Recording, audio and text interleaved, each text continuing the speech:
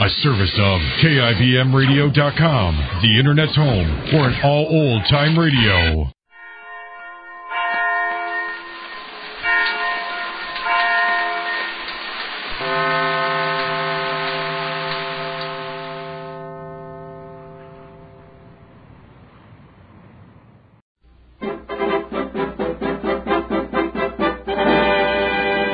Jerry, at Fair Oaks.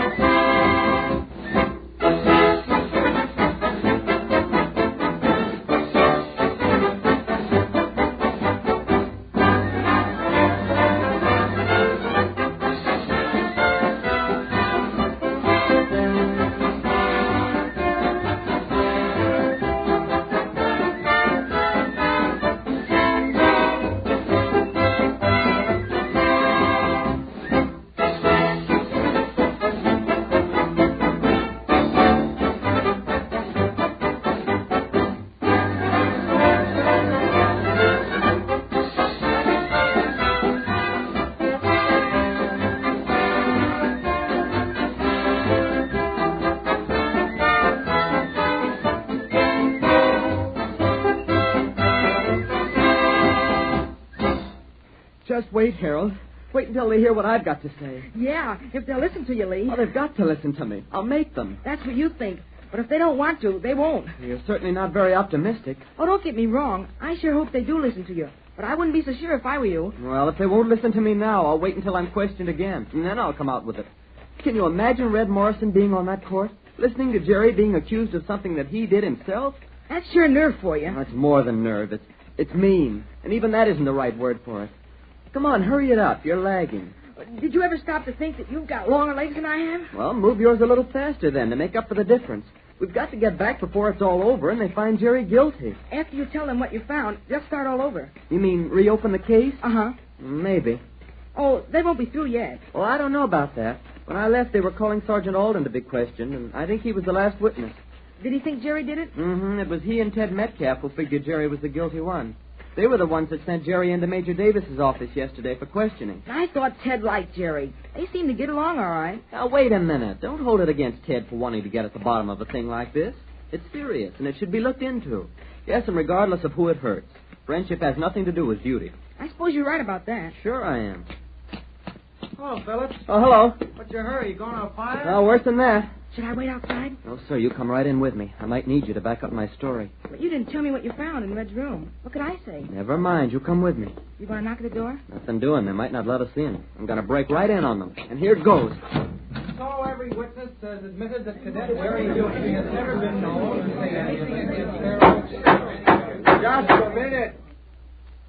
What's the meaning of this, Cadet Phillips? And you, Linwell? I'd like to say something, Major Metcalf. It's very important. There's a case being tried in this court right now, and that's important business enough for the moment. But what I've got to say, sir, has to do with this case. I've got to tell you. Just a moment, Phillips. Captain Bogart. Yes?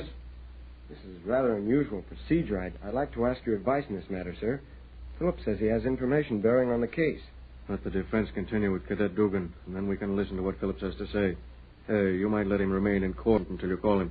Thank you, Captain Bogart. We'll hear what you have to say as soon as Captain Radford finishes questioning Cadet Dugan. You may be seated, Phillips. Thank you, sir. Continue, Captain Radford. I'd like you to tell the court, Cadet Dugan, whether or not you have ever committed a malicious action before coming to Fair Oaks. No, sir, I've not. Have you ever taken part in any pranks or, let us say, practical jokes? No, sir. Have you ever been accused of either? No, sir. Thank you. That will be all. Now, gentlemen, I think in questioning Cadet Dugan, I have brought out the fact that his character is above reproach. I think it's safe to assume that a young man, such as Cadet Dugan, who has had good training, is of good morals and habits, wouldn't, in a short time, change to a malicious and ruthless person. His character belies the fact that he would be capable of the crime he is accused of. In closing, I'd like to say that while we have been unable to present witnesses in our behalf or establish alibis, the evidence presented by the prosecution has been purely circumstantial. That's all. Thank you, gentlemen. Now, Cadet Phillips. Yes, sir? Step up here, please, and tell Captain Bogart and myself your information in regard to this case. Yes, sir. Is that all now, Captain Radford? I'm afraid it is, unless Lee Phillips really has some new information or evidence that will help you, Dugan. He sure seemed anxious to tell what he knows or what he found out. Yes, he did. Well, let's hope he has something, because if he hasn't, I don't think there's much in your favor. You mean they'll say I'm guilty? Now, take it easy. We didn't have any alibis, you know. You were out in the store with Splendor, and you admitted making that remark to Major Metcalf. Looks bad for you. But you just said in your last speech that they only had circumstantial evidence against me. Yes, that's true. But we'll just have to wait and see. Wait a minute. Captain Bogart's going to speak. Order. Gentlemen, Major Metcalf and I have just received some startling and enlightening information in regards to this case. Cadet Lee Phillips has just presented some facts that by all means bear looking into. Gee, boy, is that news. This may be a break for you, Dugan. Major Metcalf, you may give the court their instructions. This court will now adjourn in orderly fashion to Trent Hall, where we will be again in session.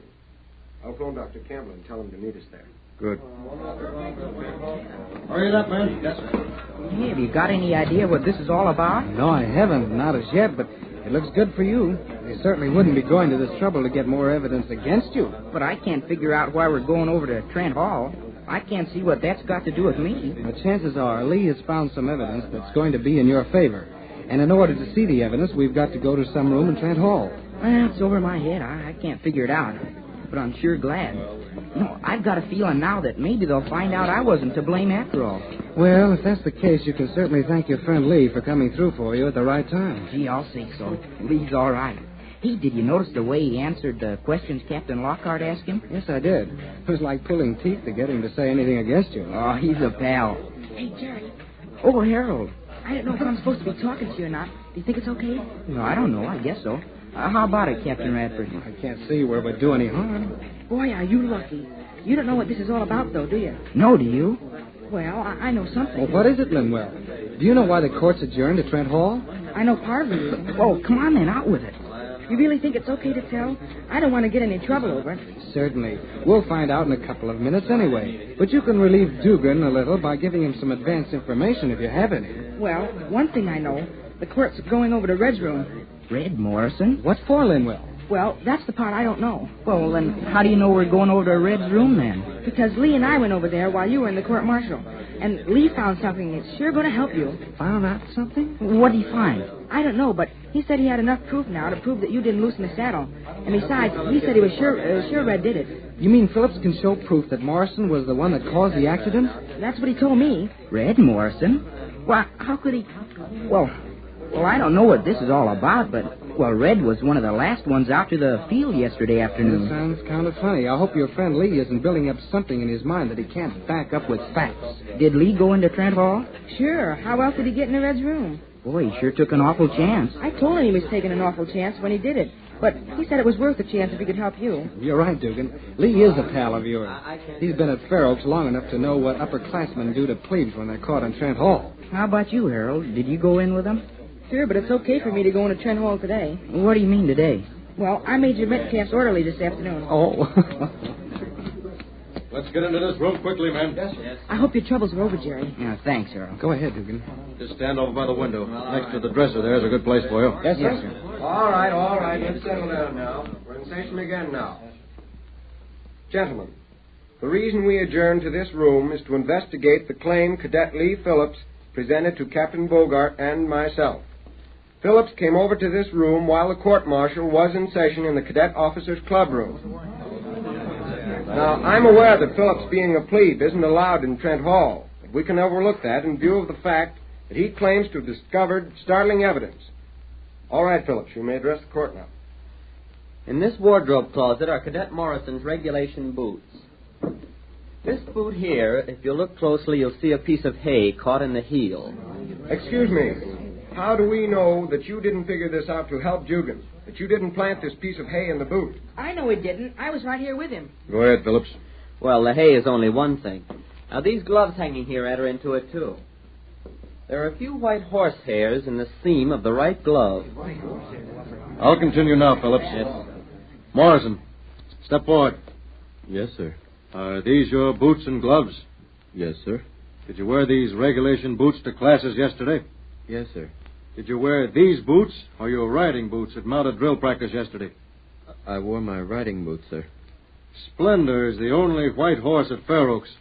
Is that right? Yes, sir. Were you riding him yesterday? No, sir. Shall I come in? Why, yes, Dr. Campbell. Step right in. Just in time, Doctor. Now, Morrison, about a half hour before you were due at the stables for drill practice yesterday, you were in my mechanical drawing class, right? Yes, sir. You asked me to excuse you. Said you didn't feel well and that you wanted to see the doctor. Dr. Campbell. Yes, Captain. Did Cadet Morrison pay you a visit at the infirmary yesterday between 2:30 and 3 o'clock? No, he didn't. Were you at the infirmary at that time, Doctor? Yes, I was, but Morrison didn't come over there. Thank you, Doctor. When I got out of the classroom and got out into the air, I felt much better, sir. Never mind that, Morrison. Major Metcalf, men of the court, I'll carry on from here. Yes, sir. Morrison, Yes, sir. when you asked me to excuse you, I allowed you to leave, didn't I? Yes, sir, but as I said, And when you left, you went directly to the stables, wearing your regulation boots. You went to the stall in which the horse Splendor is kept. You loosened the cinch strap on that horse in order to cause an accident to Paul Warren, just in order to make a place for yourself as pivot man on the riding team. And so you could ride that horse. Is that true? Quiet, men. Well, Morrison, was it you who loosened that cinch strap? Yes, sir. Yes, I did it. But I didn't think what I was doing. I didn't realize it was going to make so much trouble. I didn't want to hurt Warren as much as I did, but I... Quiet, men. All right, Morrison. You'll go with me immediately to see Major Davis. But first, before your fellow officers and the cadets whom you're supposed to inspire as a cadet officer at Fair Oaks Military Academy, I want to say that in all my years of service, active and here at FMA, I've never seen or heard of such a low trick. I probably shouldn't be saying anything to you at this time. Should probably leave it in Major Davis's hands. But I can't help it. I feel sorry for you, Morrison, when you go out to battle the world. That's all. Major Metcalf, you come with Morrison and me. Yes, sir. You're dismissed, men. You may go to your quarters. Oh, Dugan, before you go, I want to say, Jerry, I'm very, very sorry about this. You're a real man. Thank you, sir. Congratulations, Dugan. How's that, Jerry? Gee, I don't know. It all happened so fast. Gee, Lee. I just knew you didn't do it, Jerry, and I... Well, I did the best I could to prove it. Nice work, Phillips. Thanks, Doctor. Gee, I don't know how to thank you, Lee. Oh, forget it, Jerry. You'd do the same for me. You bet I would.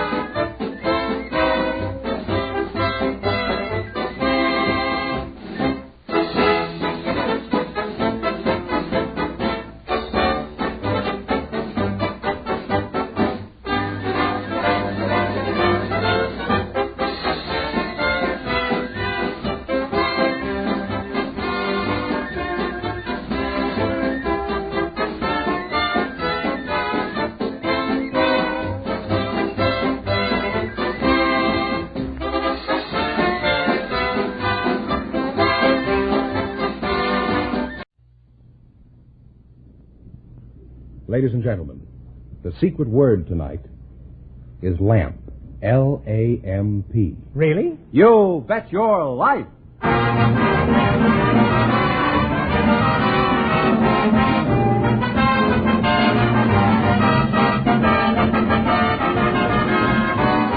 more than 3,000 DeSoto Plymouth dealers of America present Groucho Marx in You Bet Your Life, the comedy quiz series produced and transcribed from Hollywood. And here he is, the one, the only... Groucho! That's me, Groucho Marx.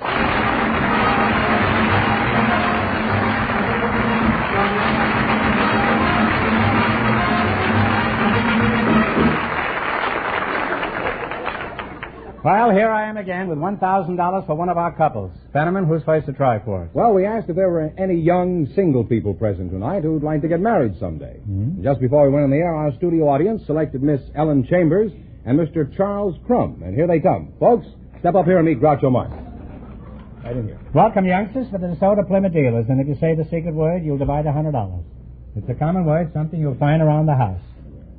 Ellen Chambers, huh? Where are you from, Ellen? Baltimore, Maryland. Baltimore? Mm-hmm.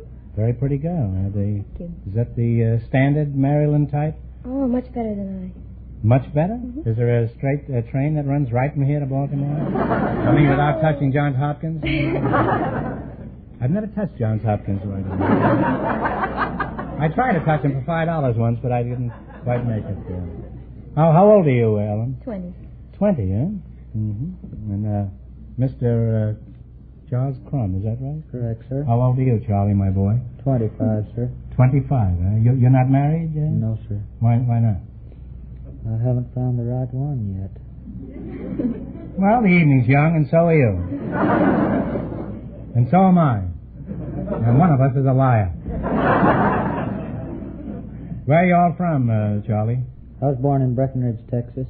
Oh, a couple of Southerners we've got here tonight. Oh, I'm not Southern. You're not Southern? Well, you're half Southern.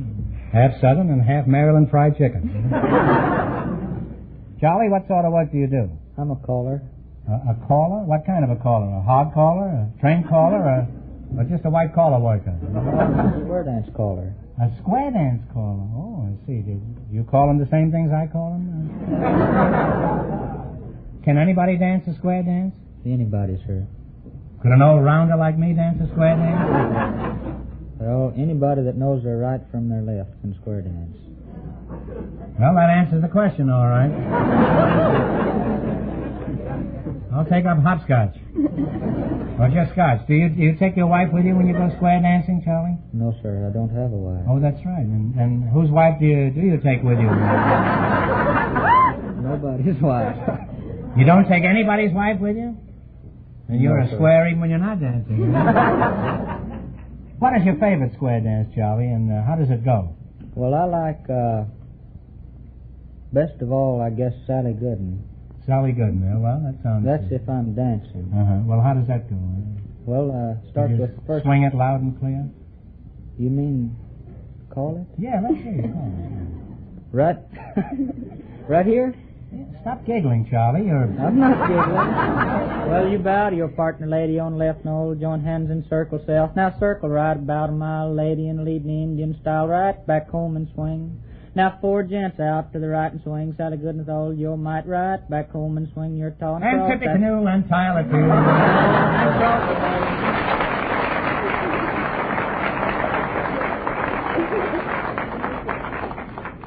You have a very fine voice, Charlie. That's a lie, but you're among friends here. Do you work, Ellen? Oh, yes. What do you do? I run the elevator at the Broadway Hollywood here in town. Is that so? Well, that's the finish of the May Company as far as I'm concerned. Do you listen to what people are saying in your vertical cement mixer? No, I don't pay attention. You don't pay any attention? No, you don't, eh? Somebody says second floor, you just ignore them and haul them up to the roof. Now, Ellen, you girls must have a few complaints against the public. Now, this is your chance to talk up. What annoys you most in your job? Men that smoke cigars on my car.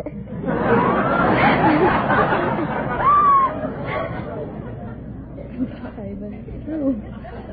Well, don't look at me. I always crawl up the back stairs. I'd like to use the escalator, but I can't seem to get off one of those things. I stand there for 10 minutes. I don't know which foot to start with. Now, what else annoys you in the elevator? Well, and who else annoys you in the elevator? very often I'll have be standing out on the main floor, and the up light will be on, and I'll stand there and smile and very sweetly try to be very sweet and say, "Car going up, please. Going up over here. Going up, please." Someone will be walking towards me, and they'll get about 3 feet away, and they say, "Going down?" I have to give them a nice big smile. "Going up, please." Well, you know what it is, Ellen. They're so bewitched by your beauty that they don't pay any attention to what you're saying. No, that bargain's up on the 4th floor, and they want to get there as fast as they can. Oh, the bargains. I thought the bargains were in the basement. No, not in our store. Oh. It confuses everyone. Well, I know in Macy's they're in the basement. If Macy's don't send me one whole floor for saying that, there's going to be trouble. Well, Ellen, could you call out a few floors for us? Say we're approaching the 4th floor where the bargains are. Now, how would you announce the items there? Well, I say 4th floor next, lingerie, ladies' powder room, bathrobes, and collegienne shop, and hat bar. A hat bar? What's a hat bar? Well, that's where the cheaper hats are, and I always love to say when someone gets in the car and they say, "Where's the millinery?" And I always love to say, "Better millinery on 3, hat box on 4, and then wait to see where they get off. They all get off on 3 and walk up to 4.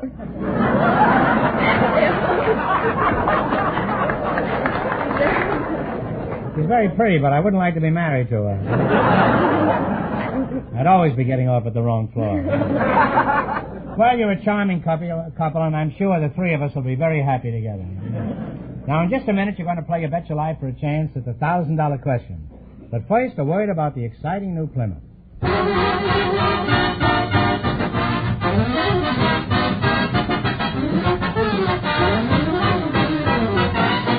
It's here, the exciting new Plymouth. And what a beauty.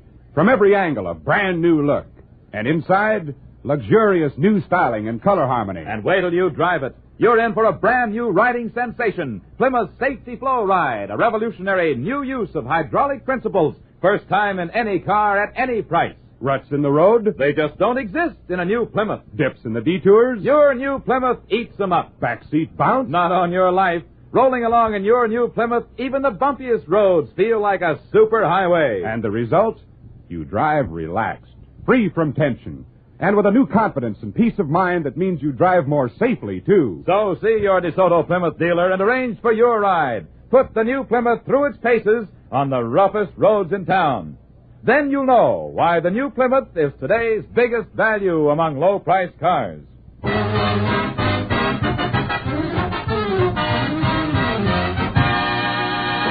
Now, let's see if you two will get a chance at the $1,000 question. Fenneman, explain the rules. Each of our 3 couples has $20. They bet as much of that 20 as they want on each of 4 questions, and the couple that earns the most money gets a chance at the $1,000 DeSoto Plymouth question at the end of the show. Here we go. Let's see how high I can build you $20. You selected Western movie heroes. Here's your first question. How much of the 20 are you going to try? I don't know. Is it you? You say. All right, $10. $10. What was the name of the masked man of the West with a pal called Tonto?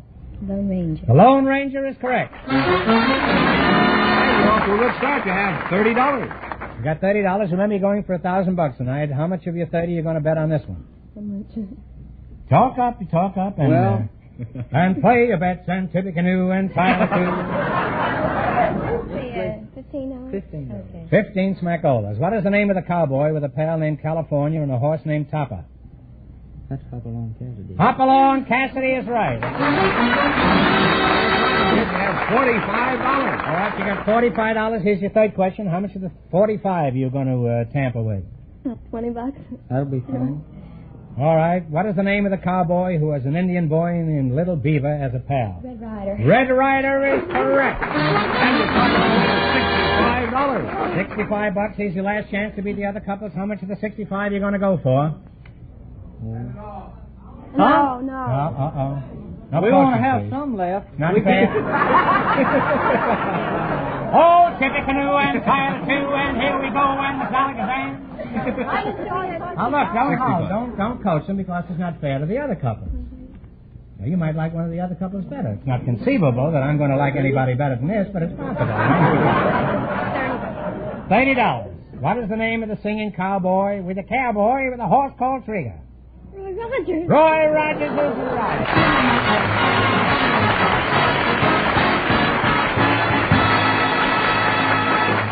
And you wind up with a grand total of $95 from the DeSoto Plymouth dealers, and thanks very much. What's next on the agenda? Well, I want to tell you, Groucho, the secret word is still lamp. And here comes our next couple, Groucho. A fashion expert and a married man. They were selected from our studio audience just before we went on the air. Mrs. Florence Marcia and Mr. Matt Snyder. Folks, meet Groucho Marx. Right up here, please. Welcome for the DeSoto Plymouth dealers. And if you say the secret word, you'll divide $100. It's a common word, something you'll find around the house. Typical husband and a fashion expert, eh? Mr. Max Snyder, I presume you're the husband, typical husband. Typical husband and Tyler, too, and here we go. Where were you born, Mr. Snyder? I was born Devil's Half Acre, Bangor, Maine. Devil's Half Acre? Why do they call it Devil's Half Acre? Well, probably because because it was raised down there, I guess. Plenty of the devil was raised. Now, would Devil's Acre be anywhere near Belly Acres? That's, Well, how do you know you were born there, Mr. Snyder? Well, my mother told me. Your mother told you that, eh?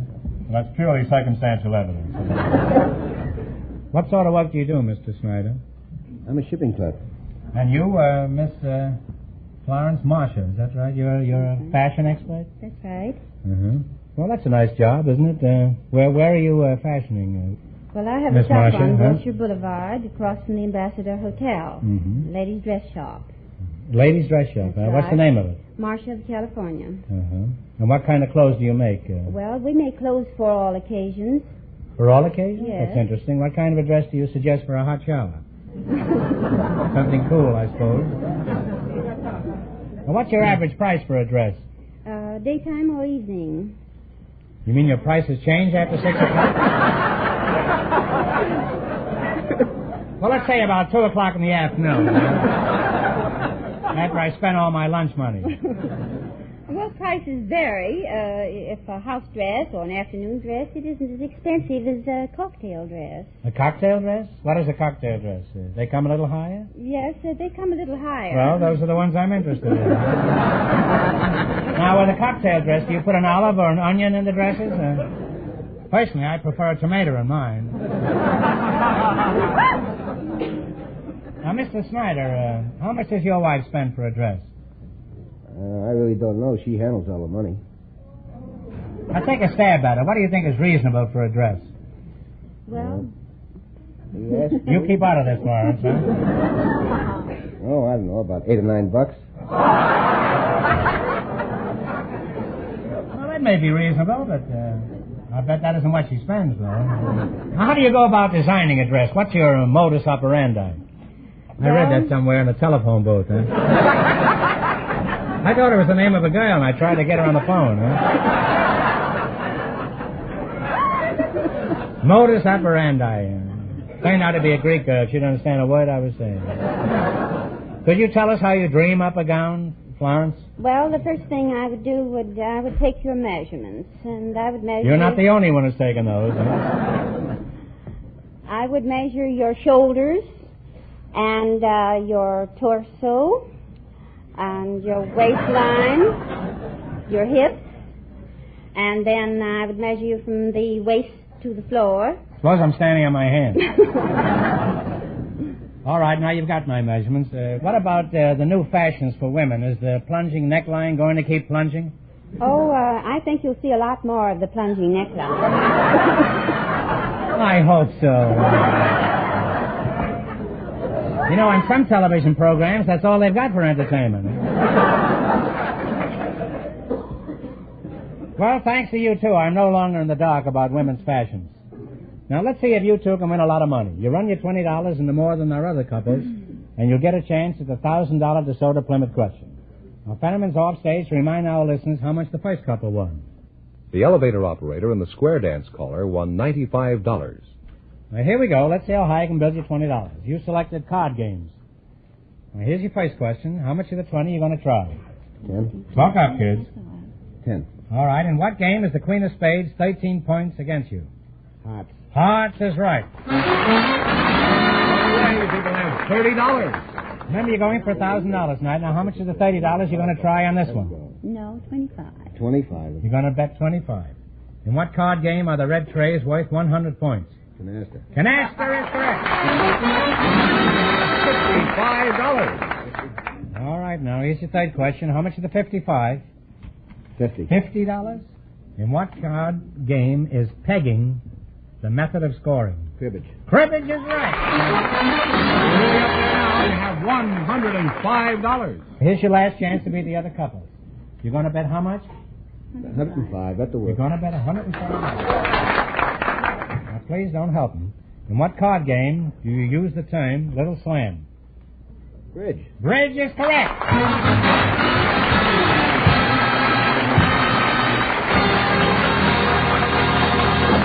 And we'll wind up with a grand total of $210. Thank you very much. Groucho, the Yes? secret word is still lamp. We invited some people in uniform to the show tonight, and just before we went on the air, our studio audience selected Private Mary Gillespie of the United States Marines and Seaman Clarence Mulheron of the United States Navy. And here they are. Folks, step up here and meet Groucho Marx. Well, welcome, kids, to You Bet Your Life. And if you say the secret word, you'll divide $100 between you. It's a common word, something you'll find around the house. A sailor and a lady Marine, huh? Where are you from, Lady Marine? Mackinac Island, Michigan. How old are you, Mary? 25. 25. Huh? Where are you from, sailor boy? Princeton, West Virginia. How old are you, Clarence? 26. 20, and you're 25, huh?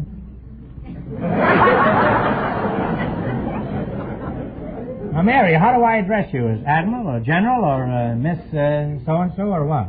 Well, I'm off duty. You can do as you like.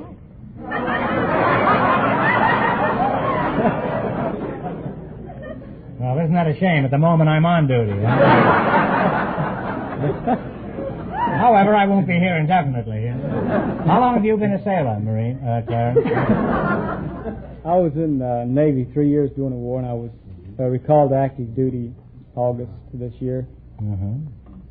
You like it? Yes, sir.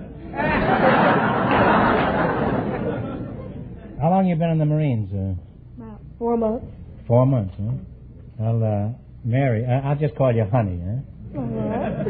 First time I ever called a Marine Honey, huh? Where are you stationed, Mary? At the Marine Air Station, El Toro. El Toro? El Toro, what does that mean? Means the bull. It sounds reasonable. A tough male Marine could be likened to a bull, I suppose, only what does that make a lady Marine? Skip it, I never should have brought it up. Huh? Where are you stationed, sailor? Coronado. Well, that's a pretty flossy place down there, isn't it? Well, why are you stationed down there? That's where the base is. Speaking of base reminds me of an old story of Will Rogers. Many years ago, I was playing baseball, and he was on the other team. He was playing second base for the other team. And somehow I got on first, and I started to get down to second, and Rogers is standing between second base and the pitcher. So the catcher throws the ball to Rogers, and he turns around to me, and I'm way over there, and he says, "You're out." I says, "You're crazy. Well, you're nowhere near me. You have to touch me on second base. You're not near the base." He says, "Look, son," he says, "when you get to my age, wherever you stand is second base."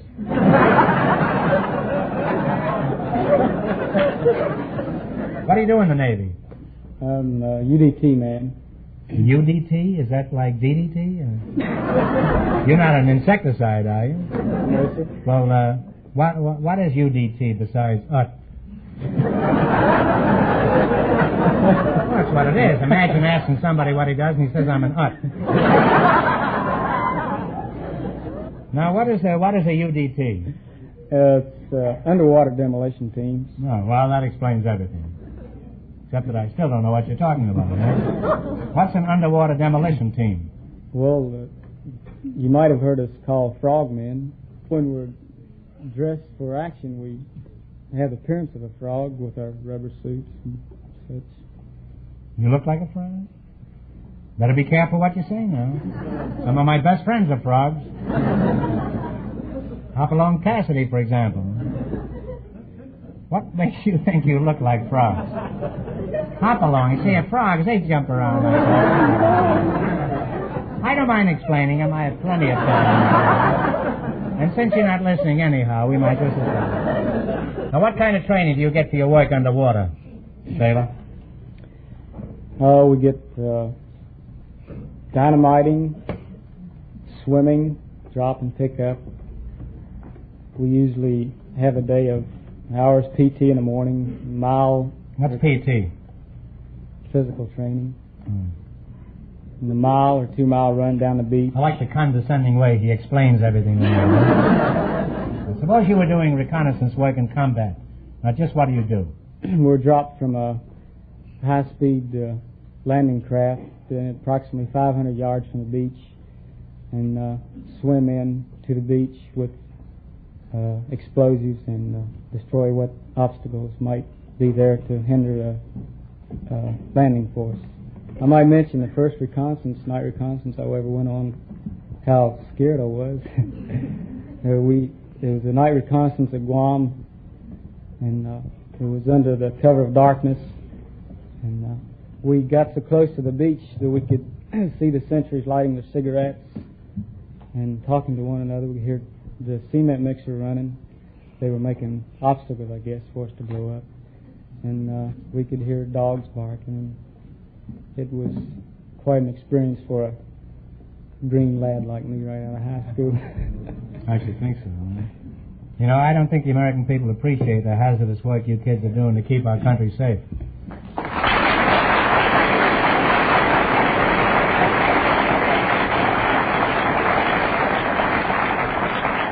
Now, Clarence, let's discuss something far more dangerous.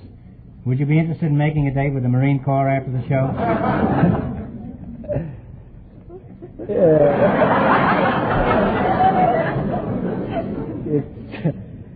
It's between paydays and You mean you're flat as a pancake? pretty well bent. Well, now, suppose you won some money in the quiz. Would you take Mary out for a date? Yeah, sure thing. Mary, would you like a date with an eager fellow who likes to croak at the moon? I might. Fine, I'll meet you right after the show.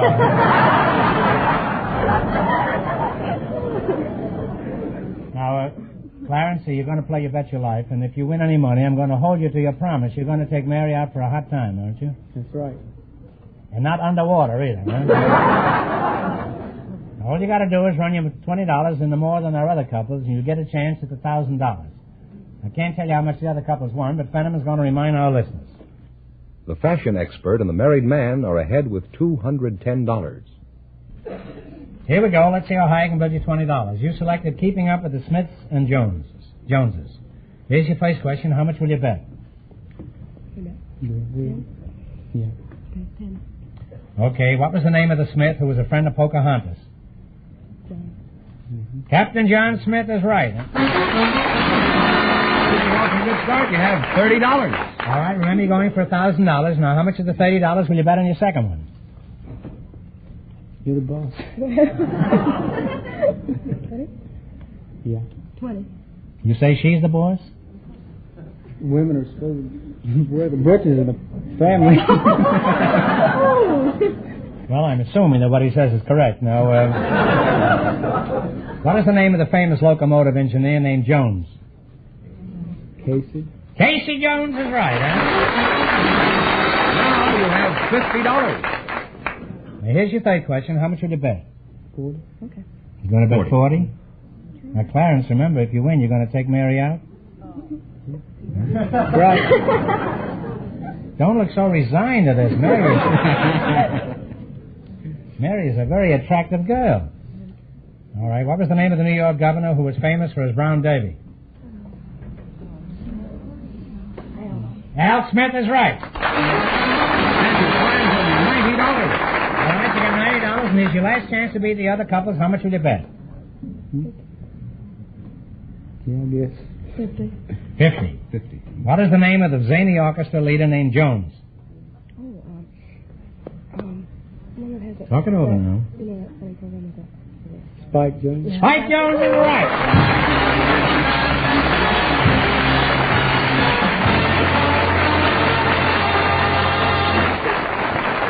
you wind up with a grand total of $140, and that means the fashion expert and the married man with $210 get the chance of the DeSoto Plymouth $1,000 question.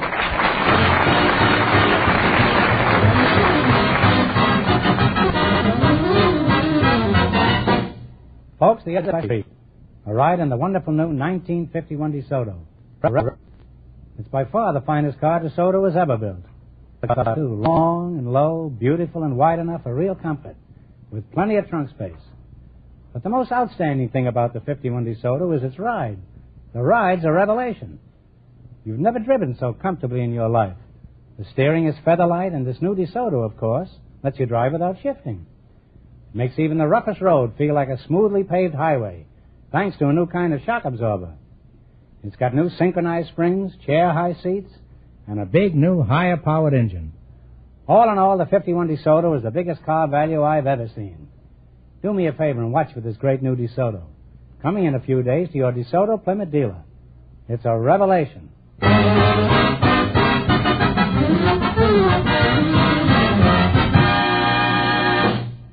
And Groucho, here comes the winning couple, the fashion expert and the married man, all set for the $1,000 DeSoto Plymouth question. Well, you can buy me a new dress if you win here tonight, Mrs. Florence Marshall. All right, here we go for $1,000. I'll give you 15 seconds to decide on a single answer between you, so think carefully and please, no help from the audience. Here it is. Hollywood's first Oscar was awarded to a young actress in 1928. Who was the first Academy Award winner?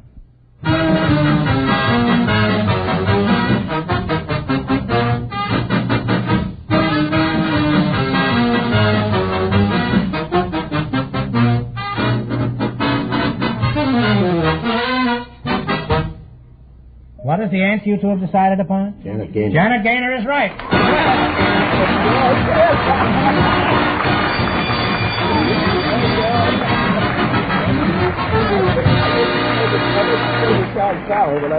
Well, now let's see. You win $1,000 plus $210 in the quiz. So you really cleaned up tonight. Congratulations. From the more than 3,000 DeSoto Plymouth dealers from coast to coast, you bet your life.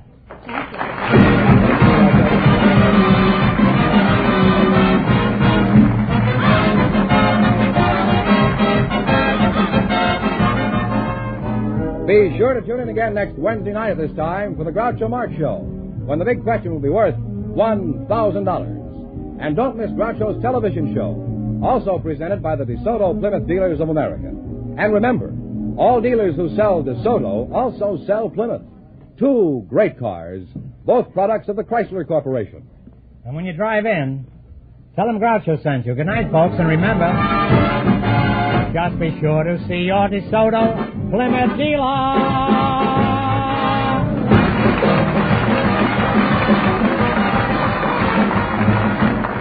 Folks, here's a reminder from the National Safety Council. When parking on a hill, don't depend on your handbrake. Turn the wheels to the curb. You Bet Your Life, transcribed from Hollywood, is produced by John Goodell. Directed by Robert Dwan and Bernie Smith. Music by Jerry Fielding. This is George Fenneman, signing off for the more than 3,000 DeSoto Plymouth dealers from coast to coast.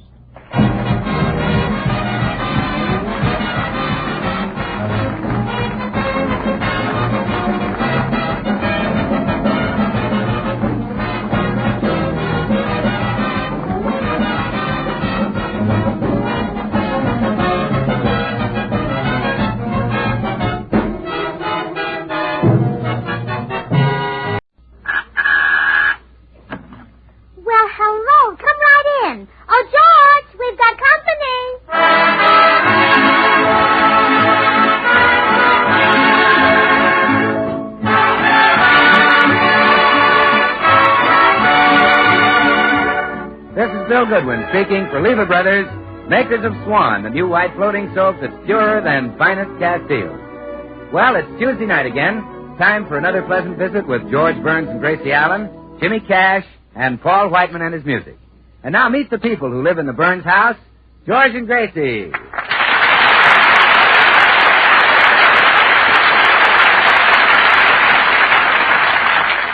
Well, now it's just after breakfast at the Burns house, and we find George and Gracie still in the dining room.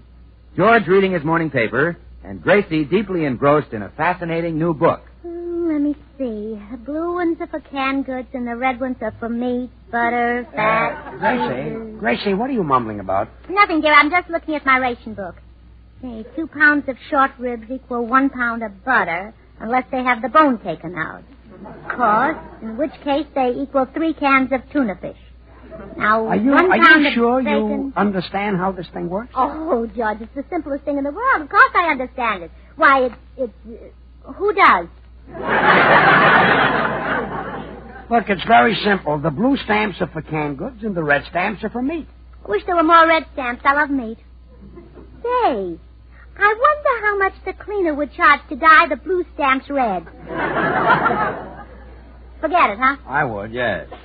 All you have to remember is not to spend more than your quota of points. When those red and blue coupons are gone, you're sunk. Well, I still have the white coupons left in the other book. No, but all you can get with those is coffee, sugar, and shoes. And you wouldn't like that. No. I like coffee, sugar, and cream. Yeah. That's because shoes are harder to paw. Yeah. Excuse me, George. There's someone at the door. Good morning, Mrs. Burns. And top of the morning to you. Oh, thank you, Mr. Postman, and the rest of it to you. How are you feeling today? Glorious, Mrs. Burns. Simply glorious. This spring air is such a tonic. Every time I take a deep breath, I just want to cry out with ecstasy. Well, don't hold yourself back. Go ahead. Thanks.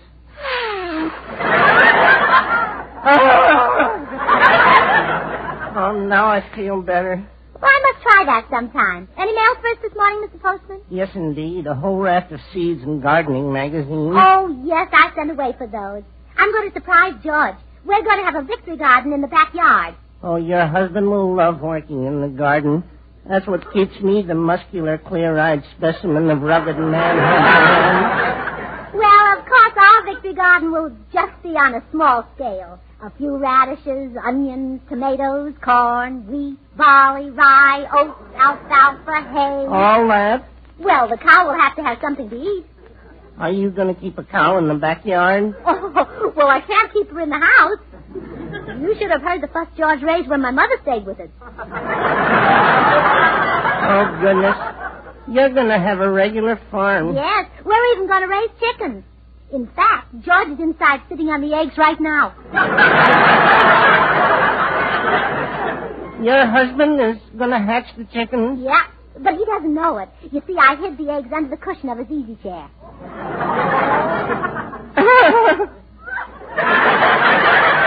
You're a character, Mrs. Burns. Well, lots of luck with your farm. Oh, well, thank you. And goodbye, Mr. Postman. Goodbye, Mrs. Burns. Remember, keep smiling. I wonder if it'll be hard for me to change from Gracie Allen, the beautiful, sophisticated city girl, into Gracie Allen, the farmer. Let's see now. Morning, Mrs. Higgins. Can I help you turn margarine? Why, it's easy. Who was that, Gracie? The postman? Yep, sure was, by Cracky. By Cracky? Yeah, that's farmer talk by Hick.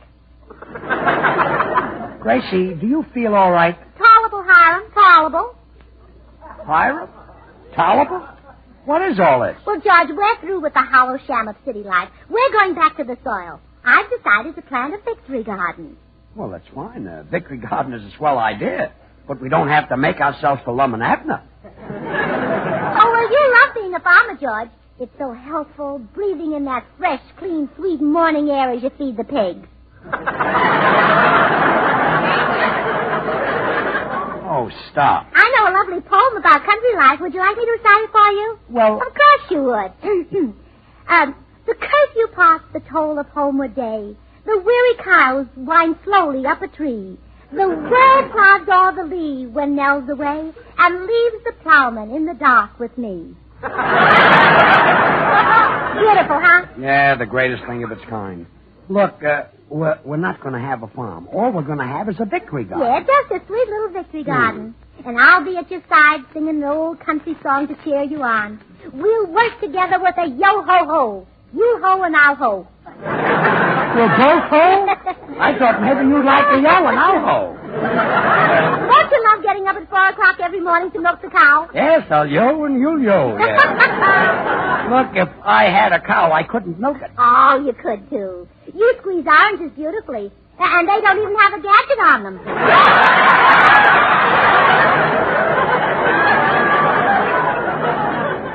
Gracie, if you don't mind, I'll stick to oranges. I have yet to have an orange kick me.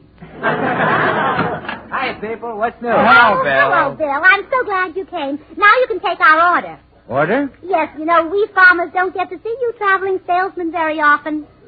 I'm a traveling salesman? Yeah, Bill, that's what you are. And Gracie wants me to be a farmer. Isn't that silly? What do I know about vegetables? Are you kidding? I remember your vaudeville act.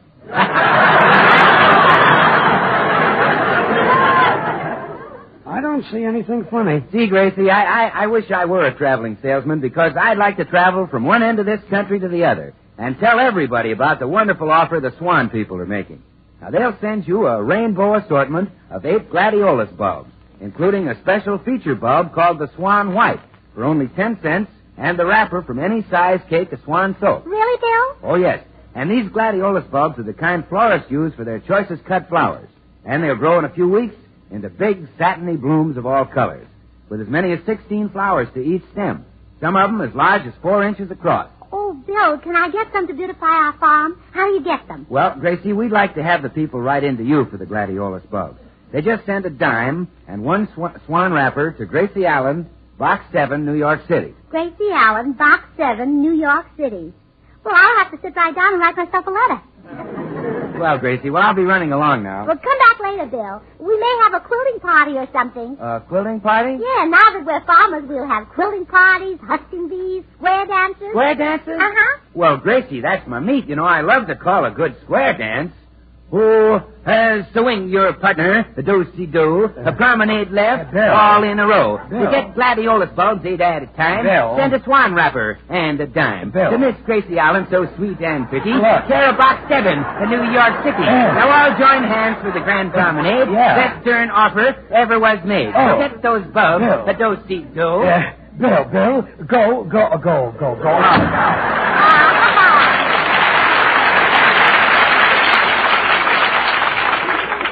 Cute, Judge. Yes, he's a regular suds and whiz. Oh, I have a wonderful idea. Let's adopt Tootsie Sagwell. What? Adopt Tootsie Sagwell? Well, certainly. We're farmers, and if we adopt her, she'll be a farmer's daughter, and if Bill is a traveling salesman... Never mind.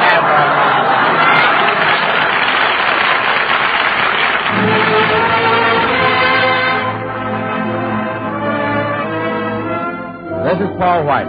Here's a tune that haunts you. A tune that really gets under your skin. Yes, sir, it's that old black magic.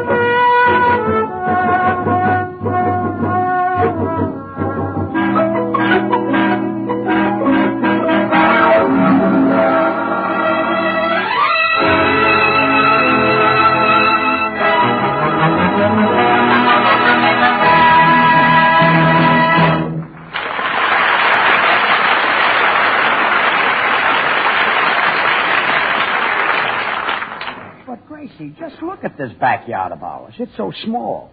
By the time we put a victory garden in here, we just won't have room for one of those. George, we've got to have one. My grandfather's farm had one.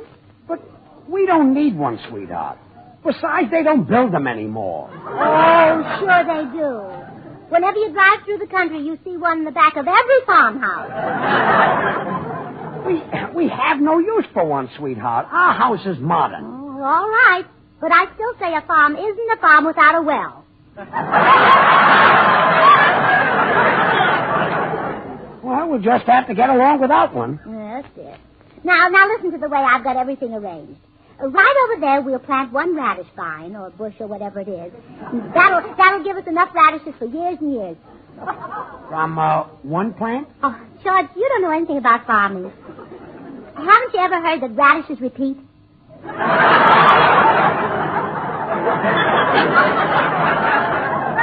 Oh, yes. I remember hearing that. And now right over here next to my swan gladiolus bulbs, I'll plant a few acres of potatoes. Few acres? Yes. And Gracie, do you know how big an acre is? Well, I suppose it depends on the size of the acre. Yes, there are big acres and little ones. Yes. Well, we've just got Buy them in a paper bag. Yeah, oh, do you?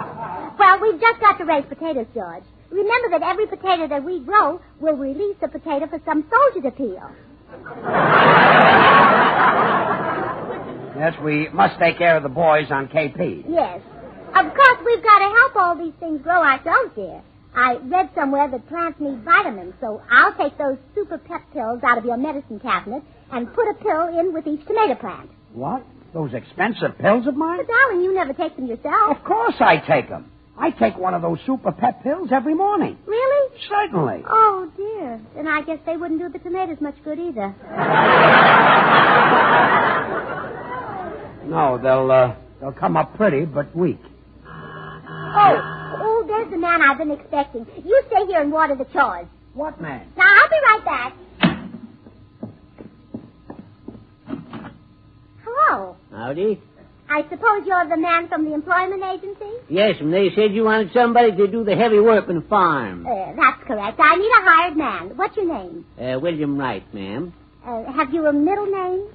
Horace, ma'am. Mm-hmm. William Horace Wright. Yes. I'll call you Zeke.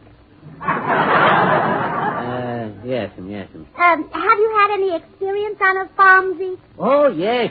I spent most of my life on one. Never done much else. Well, of course, that may be true, but before I hire you, I ought to make sure that you're really an expert. Yes. Do you mind if I ask you some questions about farming? No, go ahead. Go right ahead. Oh. How many legs has a sheep? 4. Good, you're hired. Thanks, ma'am, thanks. But where is this farm? Right out there, see? Where? There. The east pasture is in front of the barbecue pit. And you'll be able to see the west pasture after we move the garbage pail. Lady, maybe this ain't the job for me after all. Oh, you mustn't feel that way, Zeke. I always say, oh, wait. I've got an idea. Why don't we let my husband be the hired man so he can have muscles like yours and let you do his work? Well, that all depends, ma'am. What does your husband do? I said, what does your husband do? Just a minute, I'm trying to think. Oh. You have breakfast about 11, then read the morning paper until you've won the war, then you go into the den to work. What kind of work? Well, I'm not sure, but after a few hours, you come out and see if I bought another new hat. And I seldom disappoint you. Is that all I do? Oh, no. You've got to hate my mother, too. What? Oh, and I almost forgot. 2 nights a week, you fool me completely. How? Well, on Tuesday nights, you tell me you're going to a conference. That's a poker game. Yeah. And on Saturday nights, you tell me you're going to a lecture. That's a burlesque show.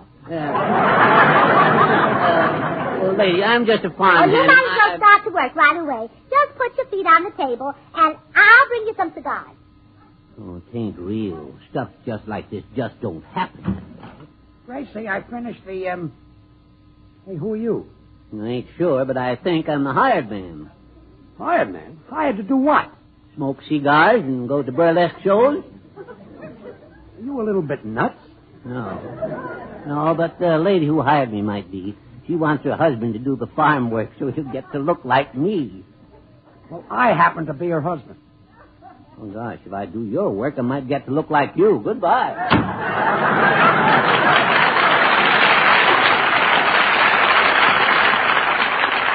What a ball the... Gracie! Oh, Gracie! Yes, dear.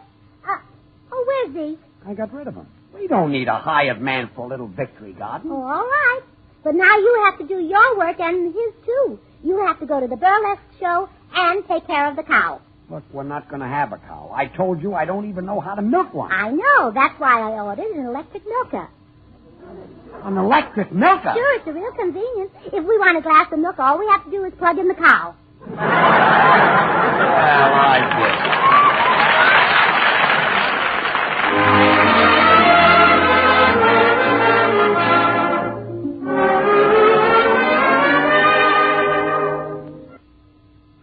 Jimmy Cash has a favorite tune, and maybe it's a favorite of yours, too. Can't you hear me calling Caroline? All right, Jimmy.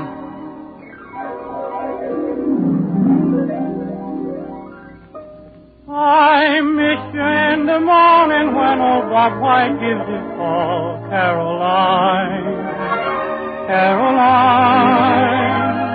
I miss you at the sunset when the evening shadows fall. Caroline, Caroline.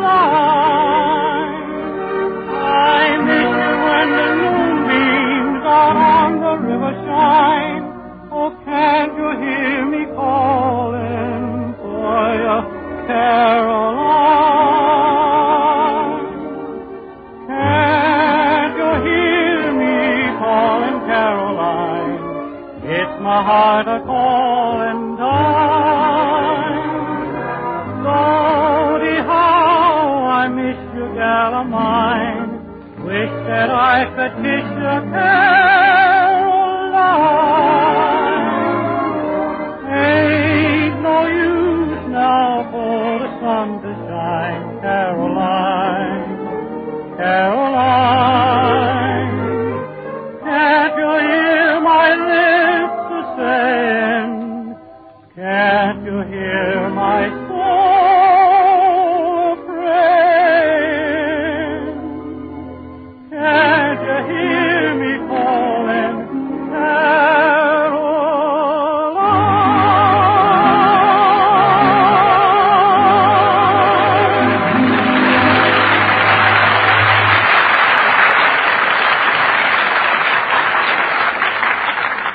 Gracie, let's just settle for a little victory garden. We don't know anything about farming. Well, I do. My grandmother and grandfather had a farm, and when I was 6 years old, I spent 2 whole days on it. So naturally, I know all about farming.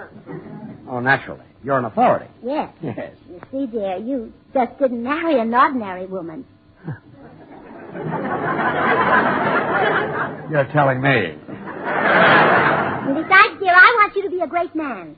And practically all of our great men came from farms. Look at our presidents. Thomas Jefferson, Abraham Lincoln, Floyd Bunce, Calvin Coolidge. Floyd Bunce? Yes. Floyd Bunce was a president? Sure, president of the Can't Creep Girdle Company. Oh, yes. He's been associated with some of our biggest national figures. Now, look, sweetheart. Oh, it's my darling little ducky. Oh, Mama has some wonderful news for you, Herman. We're going to be farmers just like my grandma and grandpa. Yes, really. The farmer in the dell. Yes, the farmer in the dell.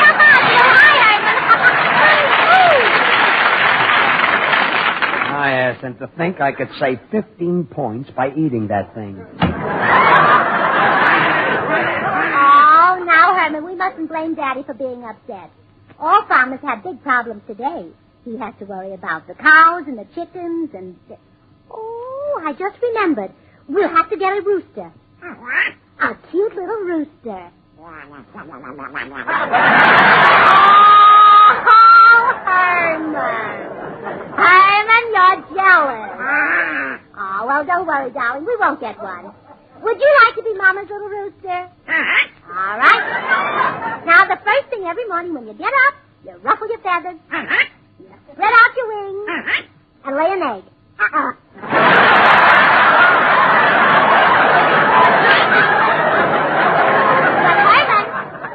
The most important thing a rooster does is crow. Now, let Mama hear you crow, darling.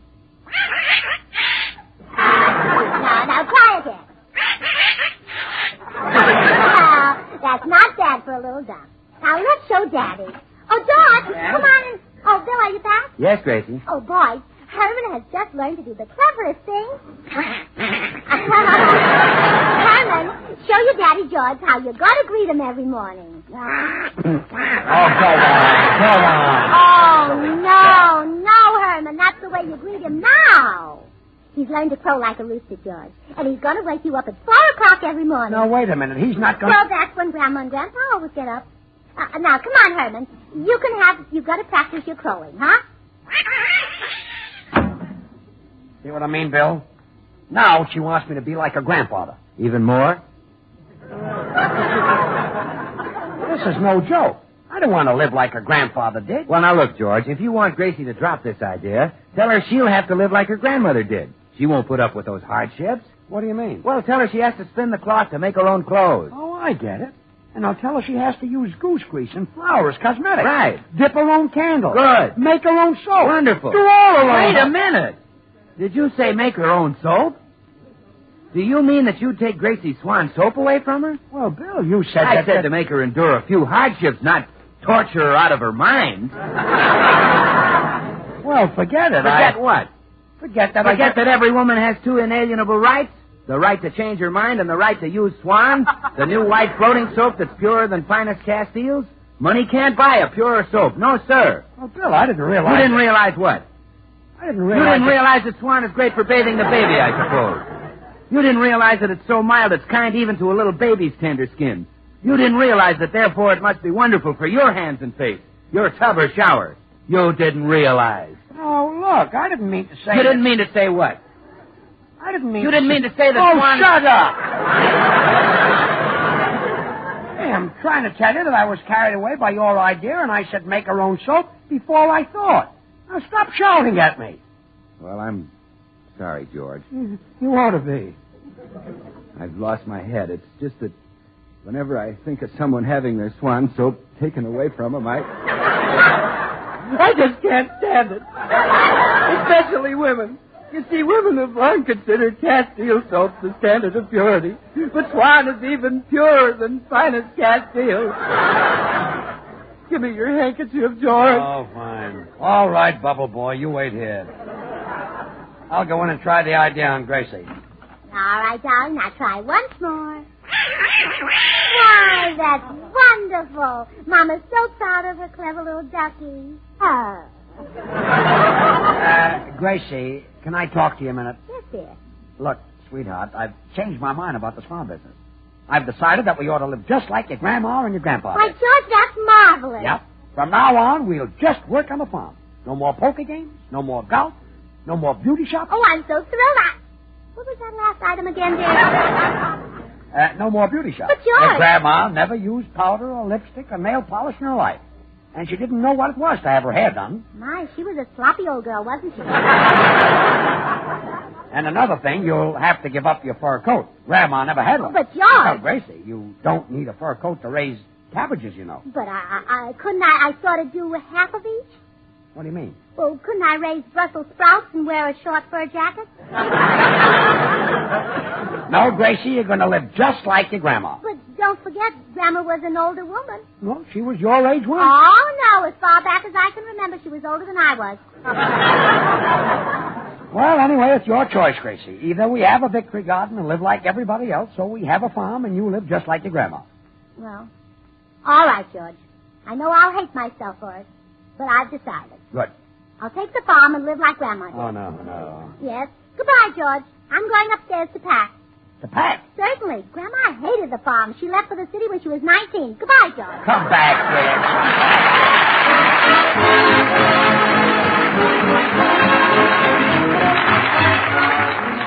Fred. George and Gracie will be back in a moment. Meanwhile, friends, don't forget to send for Swan's Rainbow Gladiolus Garden. 8 gladiolus bulbs to brighten up your victory garden or your yard. And you get them all for 1 Swan wrapper, any size, and only 10 cents in coin. Just send to Gracie Allen, Box 7, New York City. These bulbs are from pedigreed stock, just the kind florists use for their choicest cut flowers. They give you a rainbow of big, beautiful blooms, including a separately wrapped feature bulb, the amazing Swan White Glad. So don't delay, friends. Send a Swan wrapper and a dime for each set of 8 bulbs to Gracie Allen, Box 7, New York City. And now here are George and Gracie. Oh, you were right all the time, George. We'll just have a sweet little pixie garden. Good. We'll plant some asparagus. And we'll plant some beets on top of it. On top of it? Uh-huh. So when the asparagus starts to come up, it'll tickle the beets on the bottom and they'll come up sooner. Oh, no.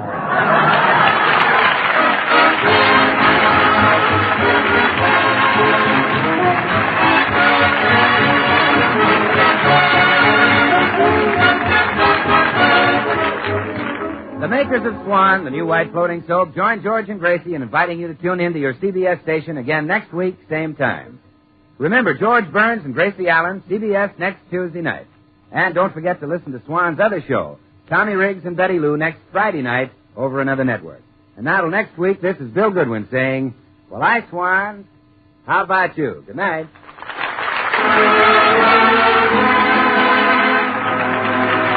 This is the Columbia Broadcasting System. Rinso, the new Rinso with Solium, brings you the Amos and Andy Show.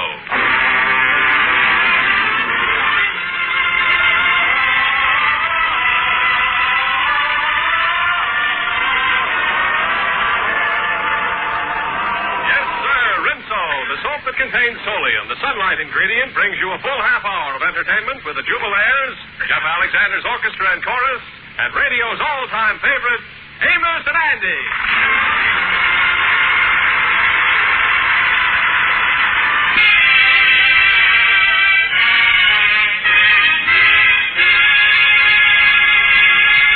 Last summer, Andrew Brown made $300 working at a resort hotel and has been keeping it in a savings account. The old kingfish has just learned of this and is trying to diplomatically convince Andy that he is wrong in keeping his money in the bank. Well, Brother Andy, I think that you ought to draw the $300 out of the bank and put it in a sound investment. Now, wait a minute. My money has drawn interest at the bank. It's been there for almost 3 months. Oh, 3 months ain't nothing. Until the money's there for 6 months, your interest ain't even polluted. Well, what is this semi-annual I hear about? Oh, that happens every 2 years. Yeah, I know about that. That's why you ought to draw your money out of the bank. Well, now, wait a minute. My money is working for me. It's drawing interest every minute it's in the bank. Yeah, well, how you know they still got the money there? Now, how you know that? Well, I handed it to the man down there. Yeah, but you know that when you walked into the bank, they had in gold letters on the window there, surplus $11 million. You put your money in there, they didn't... No, they didn't change the sign. Yeah, well, that proof right there, you see that? Yeah. Well, how much interest do I draw on $300 at 1% for 3 months? Well, you see, first of all, there's 4 quarters in the banking system. Spring, summer, fall, and winter. They got them 4. Now, I tell you what, take that pencil there and a piece of paper, put down 300. Okay.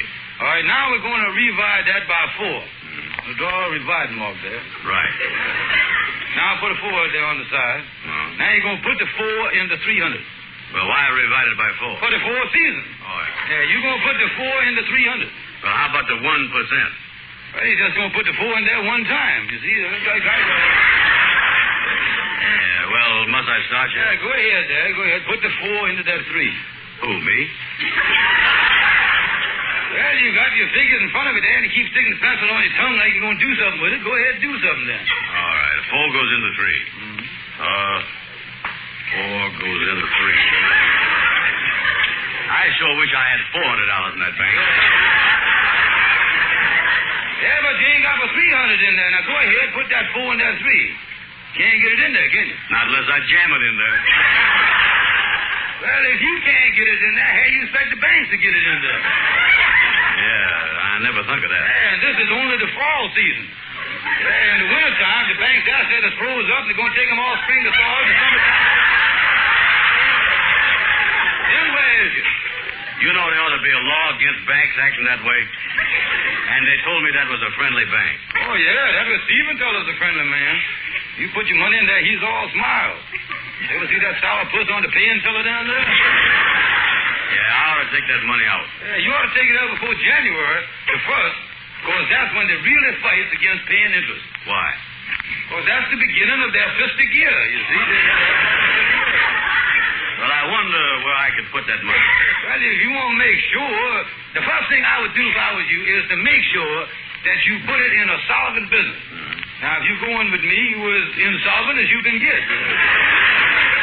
Well, what you got in mind? Well, now, I know a dignified business that you can put in your $300 and buy it.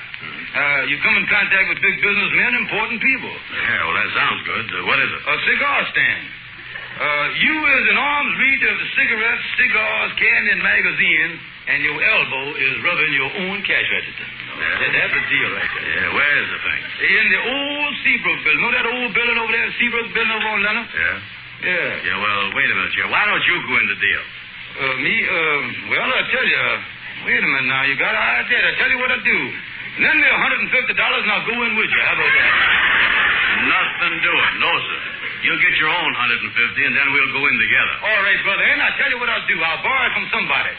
Shake hands. We as partners in the cigar stand. Okay. All right. See you later. So long. So long. Well, hi, Amos. Just leaving. Well, so long there, Kingfish. Well, how's you there, Andy? What you down in the dumps about? Oh, I don't know. I just made a deal with the Kingfish. I'm a little worried already. Oh, forget it, Andy. Don't get down in the dumps. Come on with me. I'll take you somewhere that'll cheer you up. I'm going to take you to a moving picture show. What picture? Well, I seen it once, and I'm going to see it again. It's called The Jolson Story, and you'll like it, too, Andy. Oh, yeah. Al Jolson, yeah. Does you hear him sing? Does you hear him sing? Oh, Andy, he really sings songs. They kind of give you goose pimples, son. He sings a lot of songs. You'll get a big thrill when you hear Al Jolson just stand there and sing. Oh, April showers.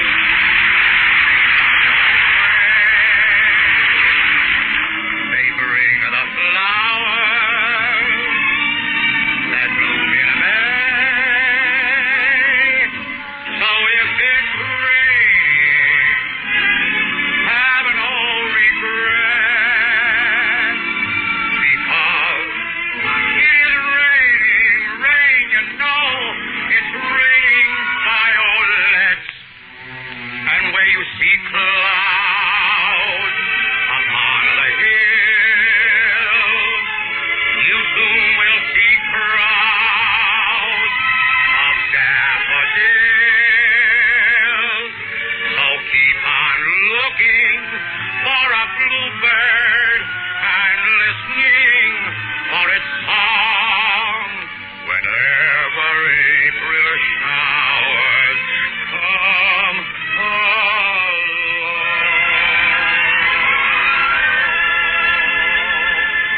And then, Andy, Al Jolson, he kind of gets down on one knee and sings.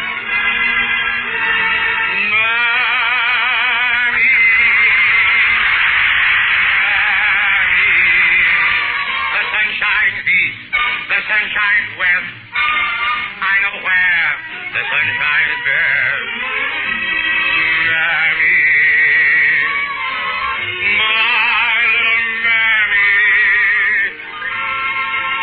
And then he sings a song about a gal that once broke his heart, and then tear your heart out, too. You made me love you.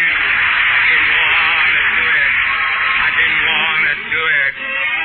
You made me love you.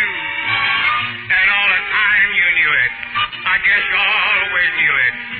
You made me happy sometimes. You made me glad.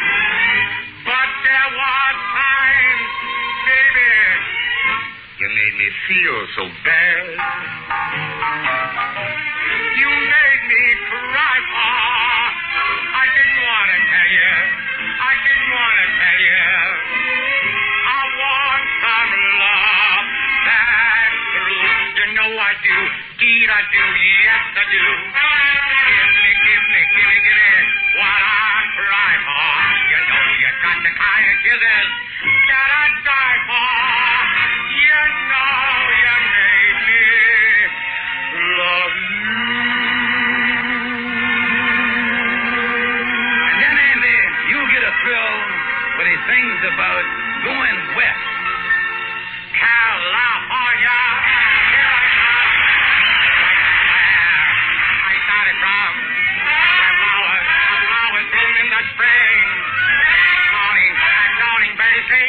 everything the sun gives me said. Don't be later. That's why I can hardly wait. Open up that golden gate, California. Here I come. California. Here I come. Yeah. Right back where I started from. Open up that golden gate, California. Here I come.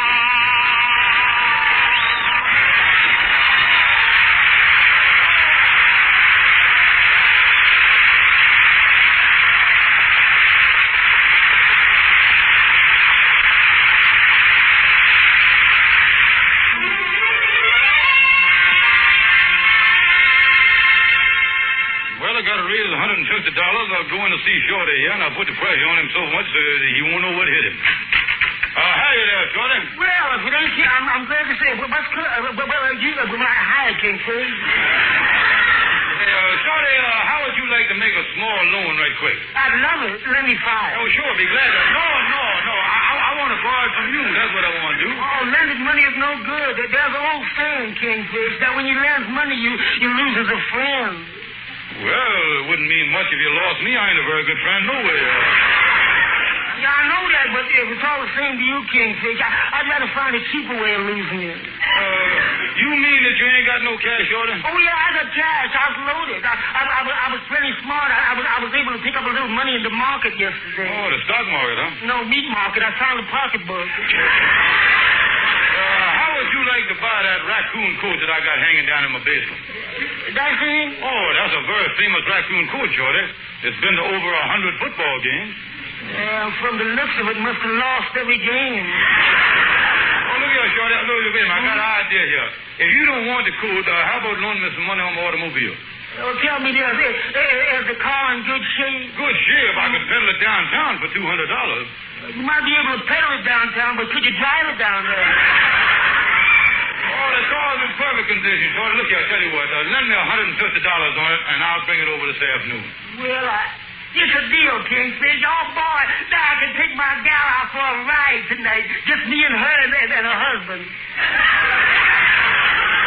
Wait a minute. Why is you taking the husband along? Because he's a mechanic. If anything goes wrong with the car, he can fix it.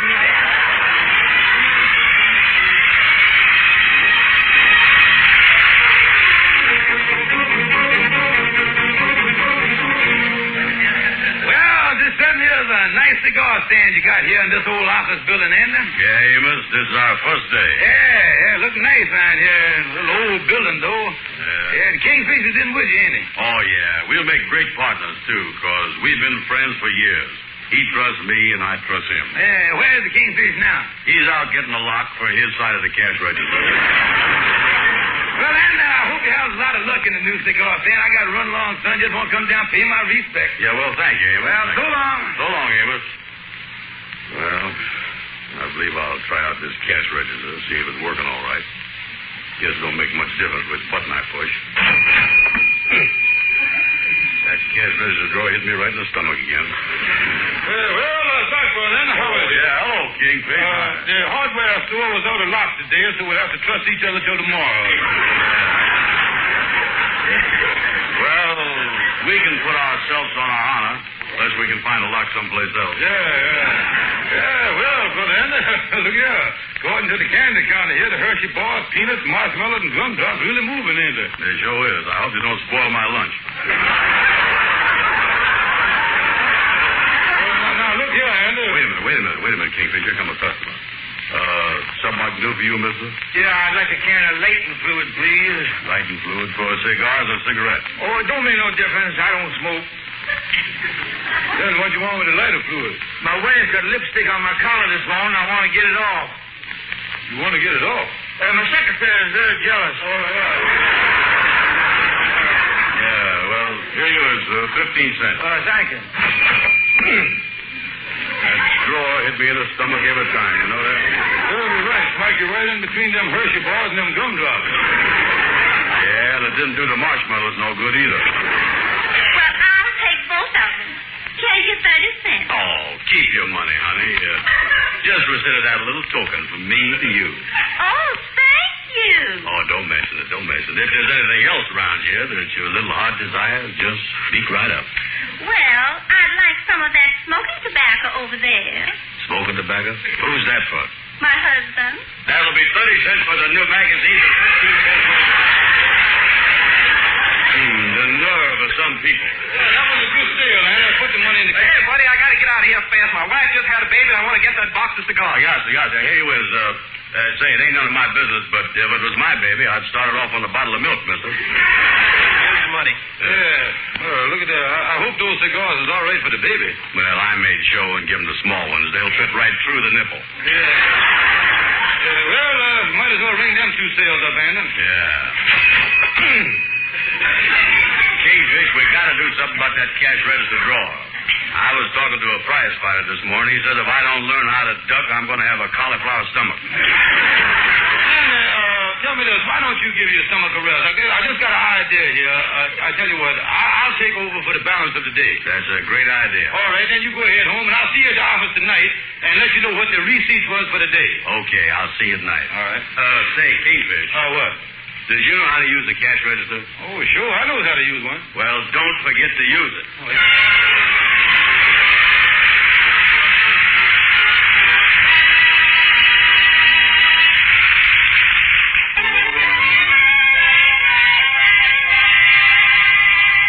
Let me see here now. The day's receipts. Made a nice profit here. Net profit of $18.75 the first day. Now I got to split that $18.75 with Andy. Hey, wait a minute here. If I had this business all alone, I could make all that money for myself, and I wouldn't have to split it. Well, Kingfish, old partner, is all set to hear the finance report of our first day of owning that cigar stand. Sit down, brother, and I want to explain it to you. Yeah, I'm sure excited about making money down there. Oh, yeah, the finance statement of today is right here. Yeah, just finishing it off right now. Draw a line right there. Do the final figure there. 2 and 2 is 6 and 5, 15, 8 to 21. Yeah, there we is. Oh, this is good, you know. The business showed a gross of $32.50. Yes, sir. Ain't nothing bad about that. I'll stretch out my hands here. Pour some of that gross in there, will you? Yeah. No, Anna. We don't split on the gross. What we split on is the net profit. Yeah, well, how much was that? Well, our net profit on the day was a loss of $1.50. $1.50, huh? Yeah. You want to give me 75 cents now and square that off? We start off even tomorrow so you won't have to put no more in. You see what I mean? Hey, tell me this. Where did all the gross money go to? Oh, the cost of merchandise, depreciation, overhead, and taxes. Taxes? Oh, for example, the taxes on salted peanuts alone is phenomenal. Well, why has we got to have such high taxes on salted peanuts? Oh, the government, Andy, it's called a luxury tax. They got it on jewelry, furs, and salted peanuts. Yeah. Well, I didn't know that we had that many salted peanuts. We only had a little cart sitting up there with 12 little bitty bags on the cart. Yeah, well, they bought every bag we had. One fellow even bought the card. Oh, they loved it. He did, huh? Oh, yeah. We building up a good salted peanut trade. The only trouble is every bag we sell brings us closer to bankruptcy, you see. Now, looks like that you was going to have to pour some more money into the cigar business. Oh, wait a minute now. I don't want to pour no more money in it. And you was the one that got me in this mess, too. Yeah, you're right, I is, Andy, and I feel bad about it. My conscience is eating me up. Yeah, I never feel right about that, getting you in this mess. I know what I'll do, Andy. Long as it is my fault, I'll buy you out at 50 cents on the dollar. At least you can save half. Yeah, well, now, that's pretty decent of you, that, Kingfish. Shake hands, it's a deal. All right, put it there. Now my conscience is clear. Sign this paper right here, this little sale here. Yeah, okay, then I'm going to get on home. There he is, Kingfish. Yeah, all right. So long, Andy. See you. I was lucky to get half of it back. Well, hello there, Miss Anderson. Hello, Lightning. Hiya. What's new? Well, the Kingsfish say your cigar stand made a net profit of $18.75. Yeah, we made... made what? You made a net profit of $18.75. I believe I'll go back and punch that Kingfish right in the nose. No, I won't. He ain't worth it, that chiseler. He made me sign that bill of sale, too. Ain't nothing I can do about it. Now, what's the matter, Miss Anderson? Oh, well, money that people make like that ain't never going to do them no good. I'll just chalk this thing up as experience and forget the whole business.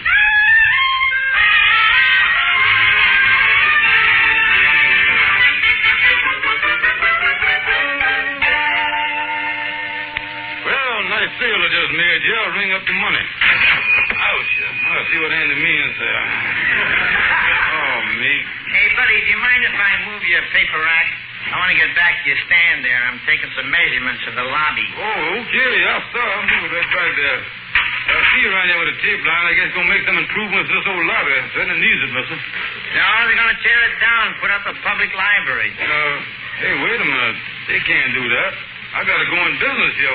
Don't tell your troubles to me. I'm just the city surveyor on this job. Oh, wait a minute. Oh, me. Wait a minute. Before you does anything, I better see my lawyer right away.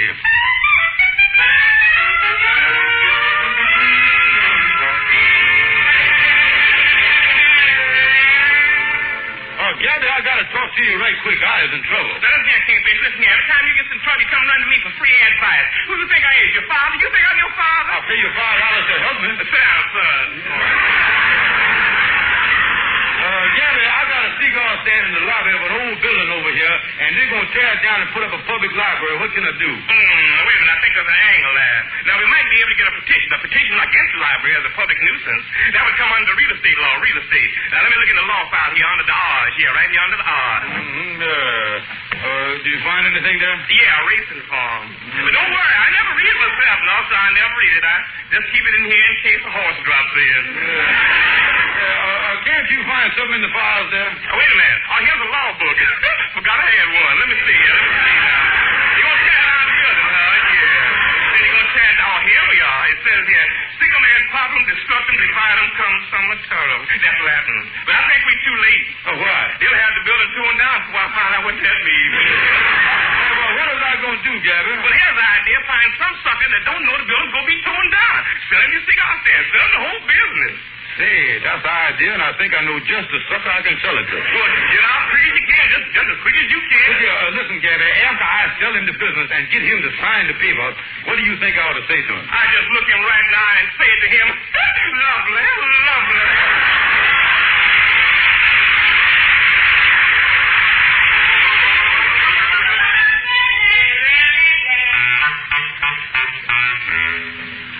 Well, brother and old pal, just like I told you, my doctor told me that I can't stand it. I was a sick man.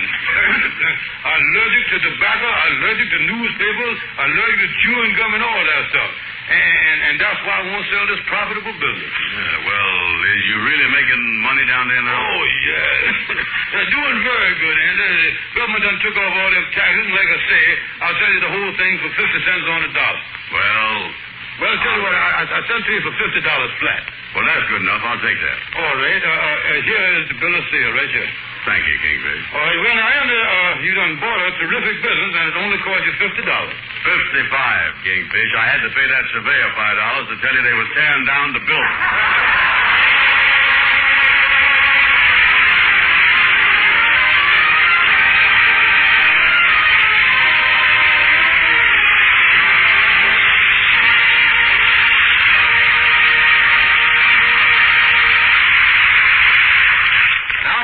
Here are Amos and Andy again with Al Jolson.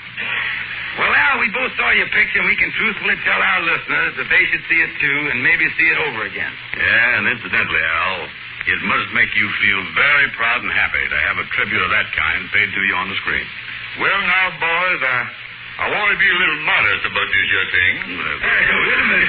You do dialect, too, huh? You do dialect, too? Well, I always told you I want to get on to showing you the Kingfish.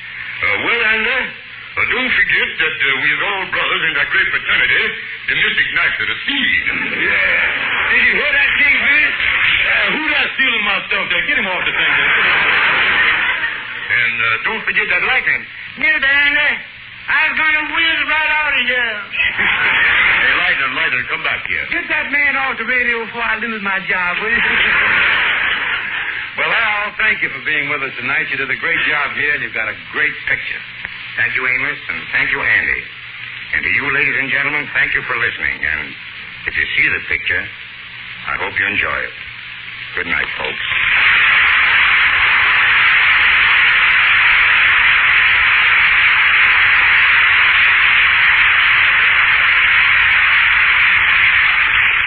Lady, we know you take pride in your home, and we know you want top results on wash day. That's why we say keep asking for Rinso. Yes, ma'am, because no matter what else you may have tried, you've never seen a more dazzling sight than a wash that's Rinso white and Rinso bright. You see, Rinso's triple action formula gives you, first, a special soapy-rich base. Second, Rinso's famous suds booster. And third, Rinso's amazing grease chaser. So if you want a wash that'll dazzle the whole neighborhood, always ask for Rinso. But if you can't always get it, remember the reason is that there's a worldwide shortage of the fats and oils needed to make soap, woolens, tires, and hundreds of other things we all want. Without fats and oils, you can't make any of them. So be sure to turn in every drop of used fats. They're needed today more than ever before. Good night, folks. See you next Tuesday.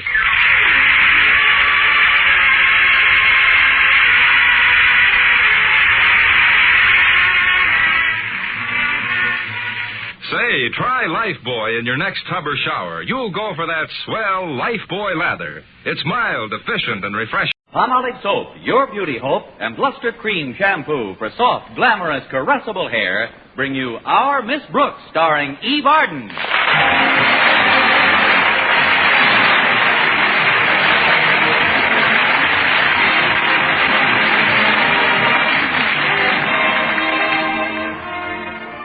For many teachers, June 17th marked the last day of the regular school term.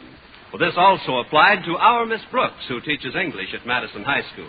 Unlike many other teachers, however, I had volunteered for summer school duty. The reason? Oh, you can put it down to any one of a number of things. Caprice, the spirit of cooperation, hunger.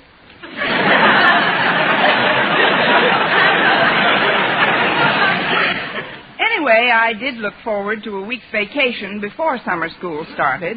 So last Friday morning, I sat down at the table in Mrs. Davis's dinette and started to count the money I had saved during the past semester. Let's see now. 5, 10, 12, 16, 26. Oh, here's a 50. That's about it. How much money have you got for your vacation, Connie? 76 cents, Mrs. Davis. Really? Where are you going? Oh, I haven't decided. They say Monte Carlo is lovely this time of year. I wish I could let you have some assistance, Connie, but I'm very short myself. Oh, I know. I could let you have the rent money I charged you for the last 2 weeks. Would you really, Mrs. Davis? Of course I would, Connie. Then I'm sorry I didn't pay it to you. Maybe there's some way you can earn some extra money in your spare time, Connie. I remember my brother Victor used to earn quite a bit of vacation money when he was only a boy. How, Mrs. Davis? Shoveling snow. Shoveling snow in June? No, in Juneau. He spent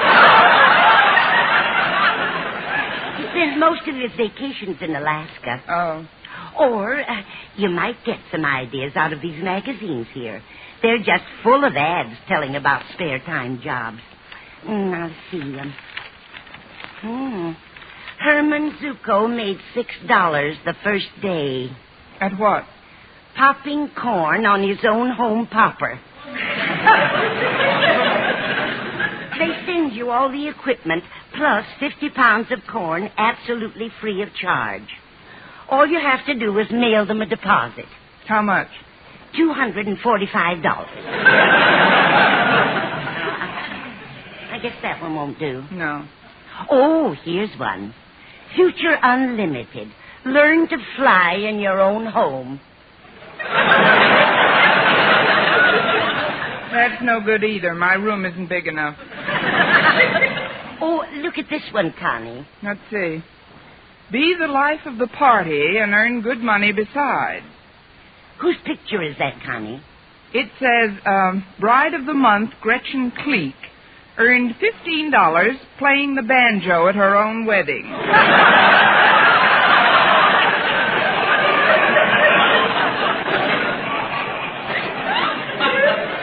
Well, there don't seem to be so many opportunities in this issue, Connie. Well, maybe I'll think of something on my way to school. Walter Denton's picking me up this morning. What's the matter with your car, Connie? I've had a little tire trouble, Mrs. Davis. Well, isn't your spare in good condition? My spare's in perfect condition. It's the other 4 that are shot. How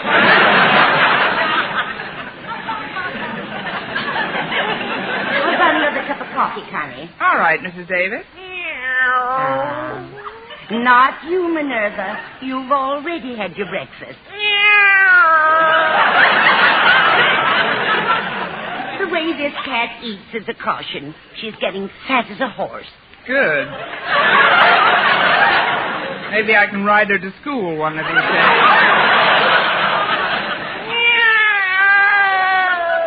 Now you go on into the kitchen, Minerva. Go ahead, Minerva. Yesterday's paper is under the sink with a big fat Mickey Mouse cartoon.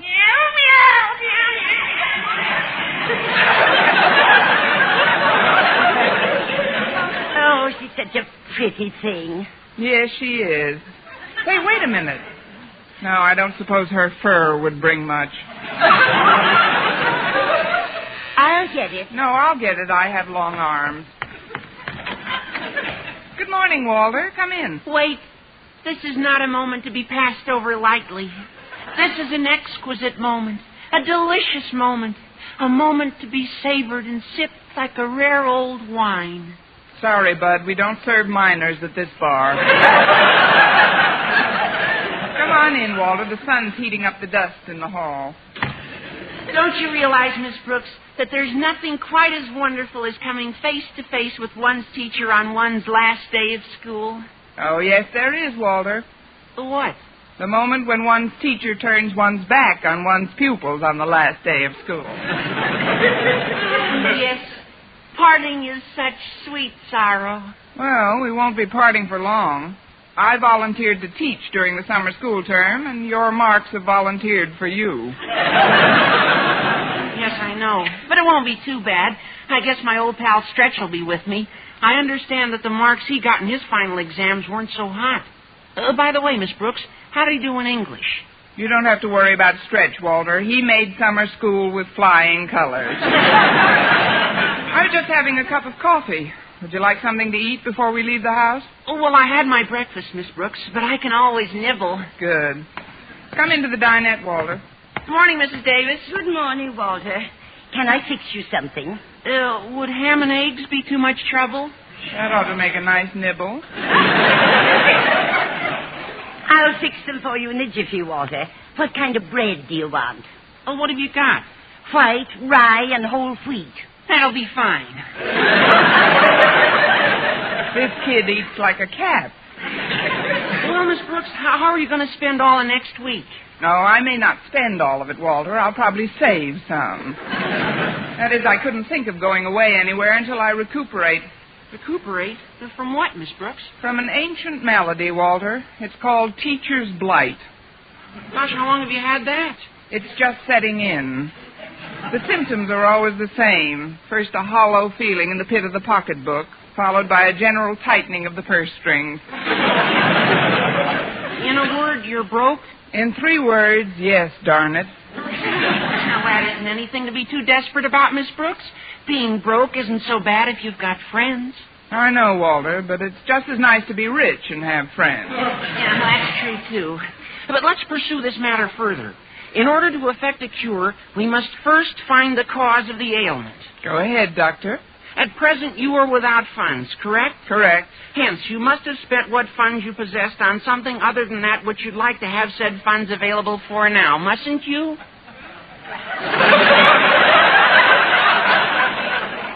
It'll take more than summer school to straighten out that sentence. Go ahead, Walter. What I mean, Miss Brooks, is that you haven't enough money for a vacation now because of the way you let it slip through your fingers earlier in the season. You're right, Walter. I could have afforded a wonderful week in the country if I hadn't frittered away all my earnings on food and rent. Here you are, Walter. Here's some nice scrambled ham and baked eggs.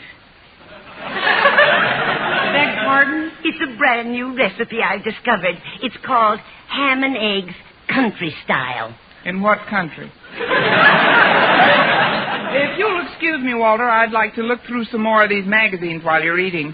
I've been trying to find some way to make some money in my spare time. Oh, gosh, why didn't you say so, Miss Brooks? She just did, Walter. But there doesn't seem to be anything worthwhile. You mean you really want to work at something other than teaching, Miss Brooks? During my free time, yes. Well, then I may have just the thing for you. You see, I'm trying to raise some extra money, too, Miss Brooks, and I'd be happy to... Oh, no. No, first I've got to get permission from my partners. Your partners? Yeah, Stretch Snodgrass and Harriet Conklin. Oh, but I'm sure they'll be glad to have you with us. With you in what, Walter? Well, it's very confidential. I won't breathe a word of it, Walter. Word of honor, Mrs. Davis? Word of honor. Honestly, Miss Brooks, this thing is terrific. What thing is terrific? It's just a gold mine. Give me a map and a shovel, and I'll meet you there at midnight. Now, come on, Walter. You've had me in suspense long enough. What is this fabulous sideline I'm getting into? Well, I'd rather not say until we talk to Stretch and Harriet. But I'm going to pick them up on our way to school. They're waiting in the pet shop that Stretch's dad runs. Oh, that reminds me. I've got to feed Minerva. Say, that's right. The poor thing hasn't had a square meal in 10 minutes. I'll take care of everything, Connie. You run along with Walter. And I wish you both a lot of luck in your new enterprise. Thanks, Mrs. Davis. Well, we better be going, Miss Brooks. All right, Walter, but you'll have to give me a few minutes to fix up. After all, if we're going to the Snodgrass pet shop, I want to look my best. You mean when you meet your new business associates? Not entirely, Walter. There's a monkey in there who has a crush on me. A monkey? Yes. Stretch once read him Tarzan of the Apes, and he thinks I'm Jane.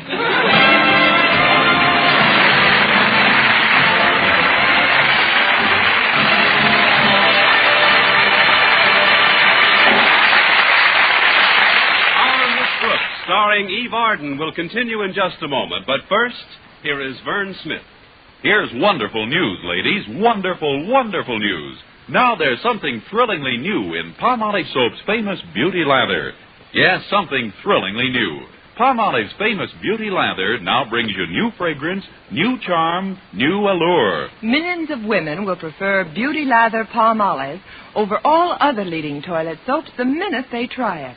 For Palmolive Soap's famous Beauty Lather now has a new, clean, flower-fresh fragrance for new allure, new charm. So, ladies, forget all other beauty care and use Palmolive Soap the way doctors advise for a lovelier complexion. Just stop improper cleansing and instead wash your face with Palmolive Soap 3 times a day, massaging Palmolive's wonderful Beauty Lather onto your skin for 60 seconds each time to get its full beautifying effect. Then rinse. That's all. All types of skin, young, older, oily, respond to it quickly. Don't wait another day to try Palmolive's Beauty Lather.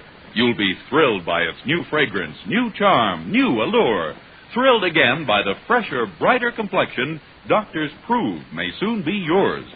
For new loveliness all over, use big bath-size Palmolive in tub or shower.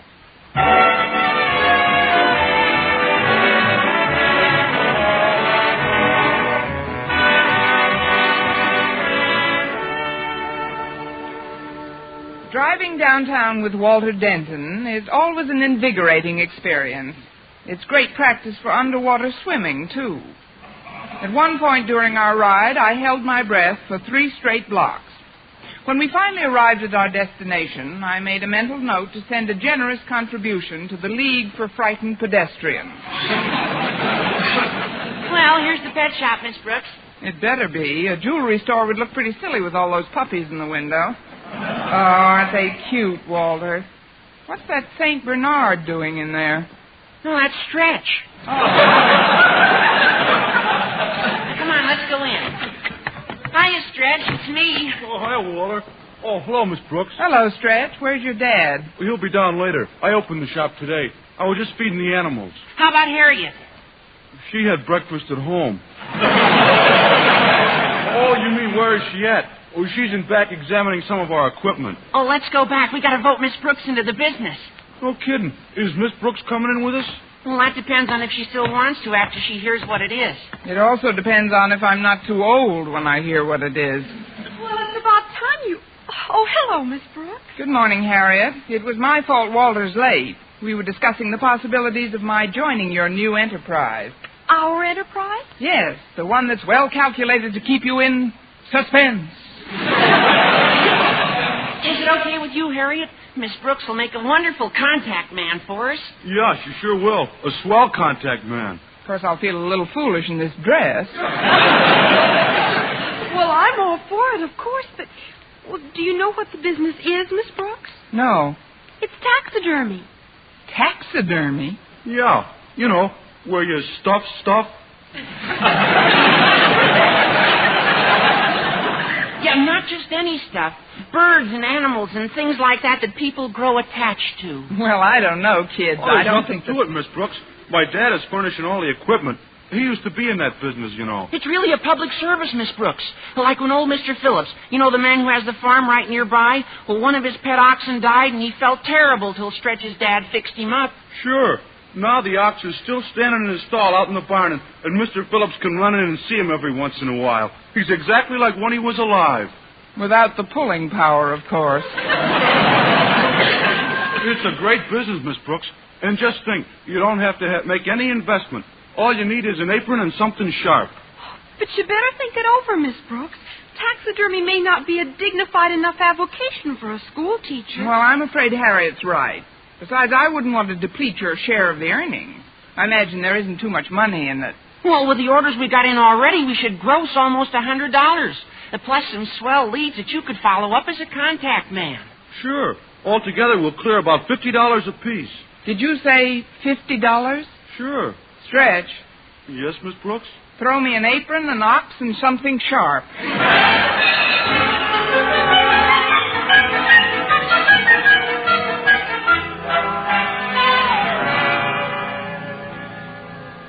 Although a little dubious about my new extracurricular activity, Stuffing Stuff Incorporated, I was determined to raise some extra money. I got my first opportunity as a taxidermy salesman during lunch period. Oh, excuse me, Miss Brooks, but I've got a wonderful lead for our new business. Really, Harriet? Who is it? My father. Your father? But you've got a moose head in your living room now. You mean he wants something stuffed? I happen to know that he caught a fish up at Crystal Lake yesterday, and he's entering it in his fishing club's annual contest this afternoon. Maybe you can sell him the idea of having it mounted. But why me? Why don't you sell him the idea? Because coming from me, the whole thing would seem like kid stuff to Daddy. But with you handling it, the whole project takes on weight. I guess this girdle has given up the ghost. Look, Harriet, your father's a pretty tough customer, and I'm not the logical contender. You shouldn't be afraid of Daddy, Miss Brooks. His bark is much worse than his bite. I don't know about that. A bite you can have cauterized. Miss Brooks, well, this is a great opportunity to get our business off to a flying start. Why, did he catch a flying fish? Say you'll take a crack at Daddy. Well, if you'll get somebody to hold him, if you think I ought to, Harriet, I'll talk to your father. Is he having lunch in the cafeteria? No, Miss Brooks. Since he went fishing yesterday, he can't stand the sight of food, so he's taken a baked apple to his office. Now, go ahead, Miss Brooks. Beard the lion in his den. All right, Harriet, I'll try to beard the lion, but I'd feel a lot better if I'd once removed a thorn from his paw.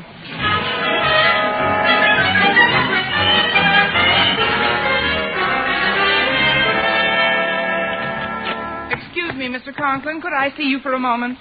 I suppose so, Miss Brooks. Have a seat. I'm trying to get this baked apple down. Who won the first fall? I heard you were a little upset lately. Yes, ever since my little expedition to Crystal Lake yesterday. But it was worth it, Miss Brooks. I landed a beauty, even though the lake got pretty rough for a while there. Oh, I know the feeling, Mr. Conklin. The last time I went fishing, it got pretty choppy. I'll never forget how that boat pitched and rolled and pitched and rolled. No.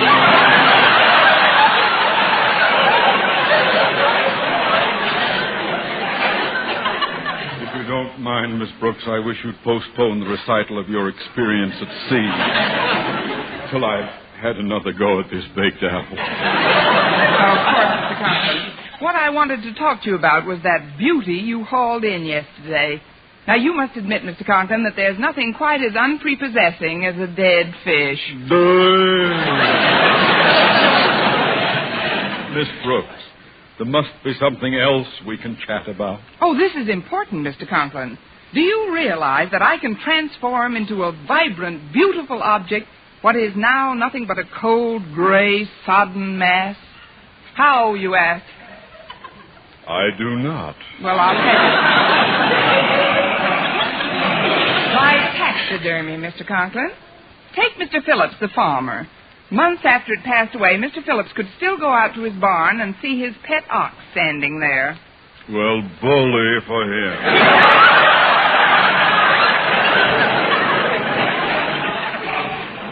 Now for another try at this baked apple.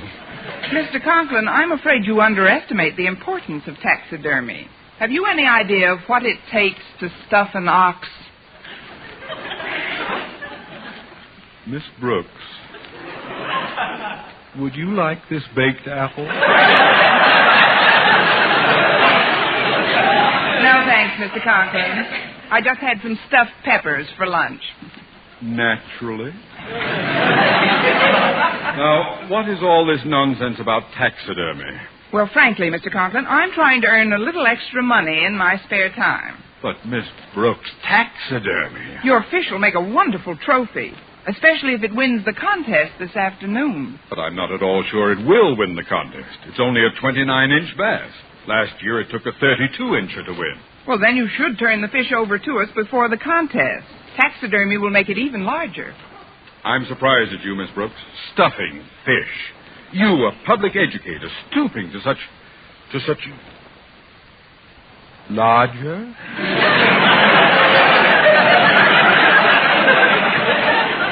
Inches larger. You'll find the speckled beauty in the cafeteria refrigerator. It's roomier than the one we have at home. Oh, thank you, Mr. Conklin. You won't be sorry. The club is meeting at my home at 5 sharp. You're sure you can have it there by then? Positive, Mr. Conklin. Very well. Oh, one more thing, Miss Brooks. What is it going to cost me to stuff my fish? Shall we say a fin, Mr. Conklin?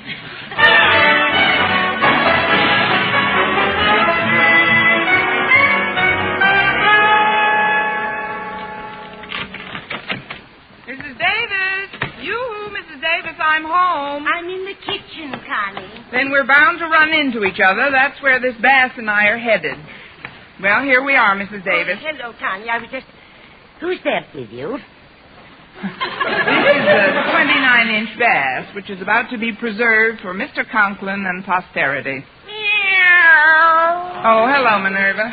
She's hungry again. But so far, I haven't given in to her. I don't like the way she stuffs herself lately. Me either. It isn't fair to us taxidermists. Let me put this fish in the icebox till the kids get here, There. That ought to keep until my business associates arrive. Your business associates? Harriet, Walter, and Stretch. I'm sales manager of Stuffing Stuff Incorporated. I just put my first client in the icebox. Mr. Conklin's commissioned us to have his fish mounted. What a charming notion. Now, if you'll excuse me, dear, I've got some shopping to do. I was on my way out the back door when you came in. Certainly, Mrs. Davis. Oh, is it all right if we use the kitchen for a little while? Of course, dear. Just help yourself. Goodbye. Bye, Mrs. Davis. We're stuffing Mr. Conklin's bass. Hooray, hooray.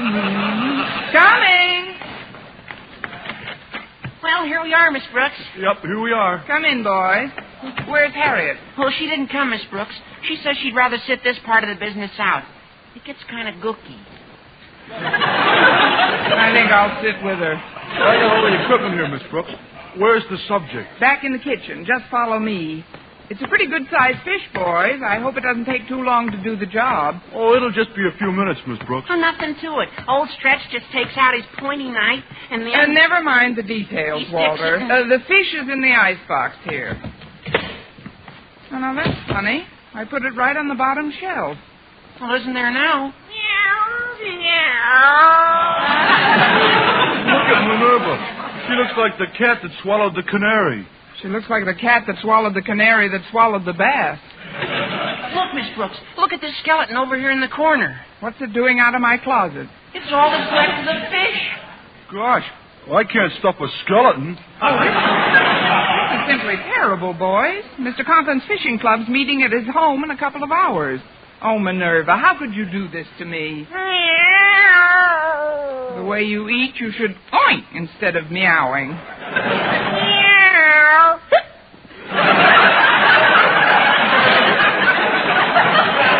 Well, it serves you right. Now get out of this kitchen before I paste some fins on you and put you on a board.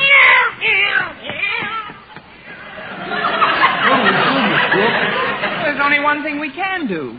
You kids will have to run down to Hirsch's Market and buy the closest thing to a 29-inch bass that they've got. Oh, great, Miss Brooks. Mr. Conklin will never know the difference. I hope not. Now hurry. Come on, Stretch. Okay, Walter. Oh, just one thing, Miss Brooks. What color fish should we ask for? Color? Ask for, I don't know, bass color, I guess.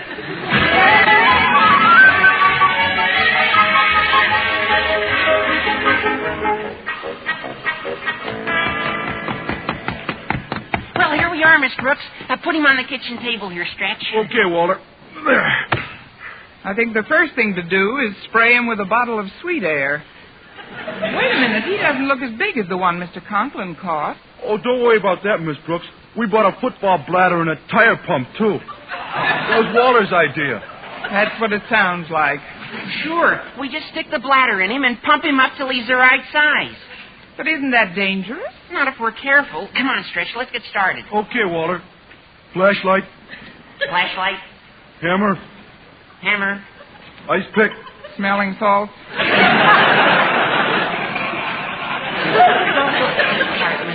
Don't worry, I won't. There. The rubber bladder's in. Now start pumping.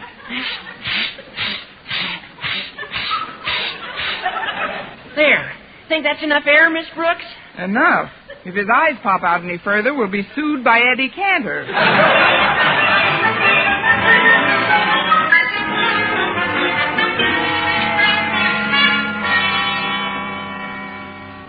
And so, fellow members of the Fishing Club, it is with a good deal of pride that I accept this blue ribbon for my entry in the annual contest. If you'll just hold the fish up, Miss Brooks, I'd like to pin this ribbon right on his gleaming side. Oh, but Mr. Conklin, I wouldn't advise... Ah, there we are. In you go. Caviar, anyone?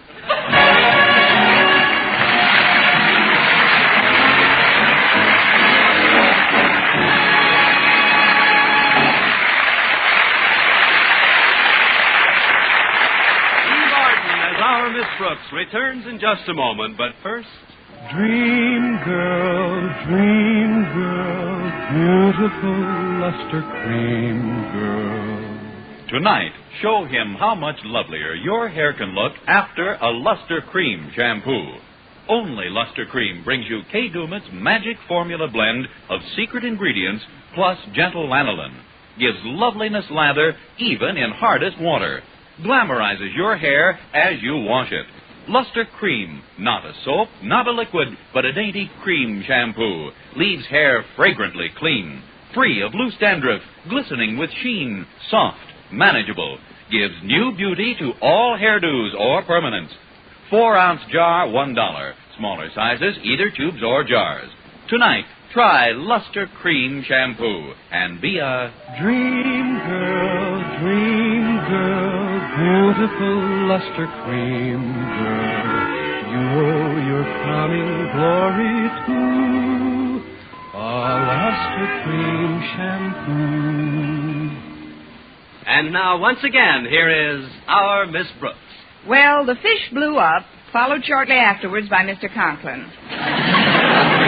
Thus ended the career of Constance Brooks, girl taxidermist. However, I was still determined to find some outside source of income. So when I arrived home, I started looking through the magazines once again. Well, Connie, have you made any vacation money as yet? No, I haven't, thanks to that hoggish cat of ours. Wait a minute. I've got it. What, Connie? The perfect business. Make violins in your own home. I'm going to start immediately. But, Connie, you haven't got any of the equipment. Oh, no? Here, Minerva. Here, kitty, kitty, kitty, kitty.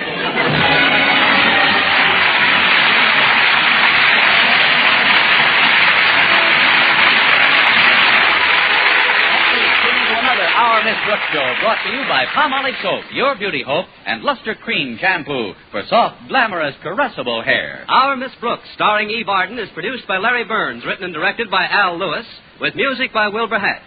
Mr. Conklin was played by Gail Gordon. Others in tonight's cast were Jane Morgan, Dick Crenna, Gloria McMillan, and Leonard Smith.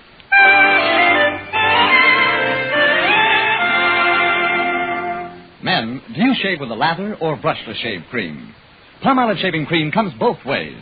And whichever way you prefer to shave, you'll find that using either Palmolive brushless or Palmolive lather shaving cream can bring you more comfortable, actually smoother shaves. Here's the proof. 2,548 men tried the new Palmolive way to shave described on the tube. And no matter how they had shaved before, 3 out of every 4 got more comfortable, actually smoother shaves. Get Palmolive brushless or Palmolive lather shaving cream today.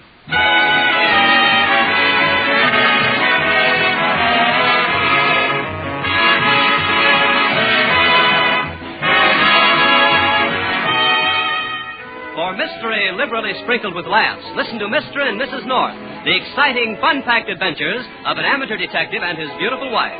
Tune in Tuesday evening over most of these same stations. And be with us again next week at this same time for another comedy episode of Our Miss Brooks. Bob Lamont speaking. Stay tuned now for Life with Luigi, which follows over most of these stations. This is CBS, the Columbia Broadcasting System.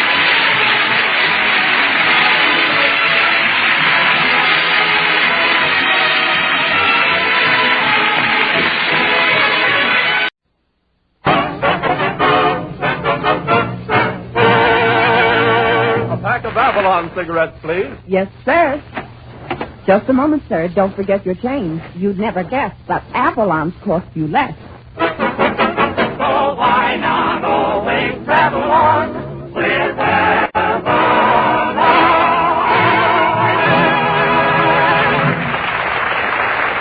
Good evening, friends. Good evening. This is Del King for the first time on Wednesday night saying welcome to Avalon Time with Dick Todd, Edna Stillwell, Bud Hercules Vandover, Marlon Hurt, the Avalon Chorus, Bob Strong and his orchestra, and radio's red-headed ragamuffin, Richard Red Skelton. The orchestra opens the program with The Little Man Who Wasn't There.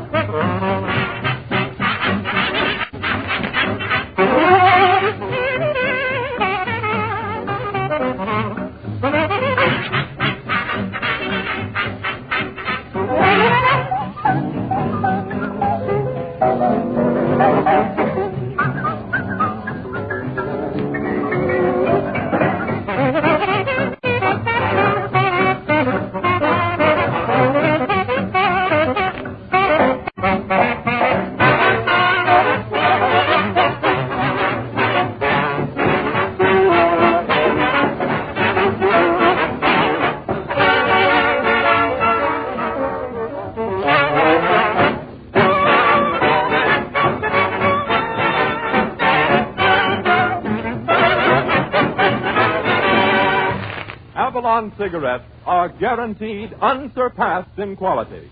You couldn't get finer quality tobaccos in any other cigarette, regardless of price, regardless of brand. And still, Avalon's cost 3 to 5 cents less per pack. 3 to 5 cents less, mind you, than other popular price brands. A very worthwhile saving. Try a pack of Avalons tonight.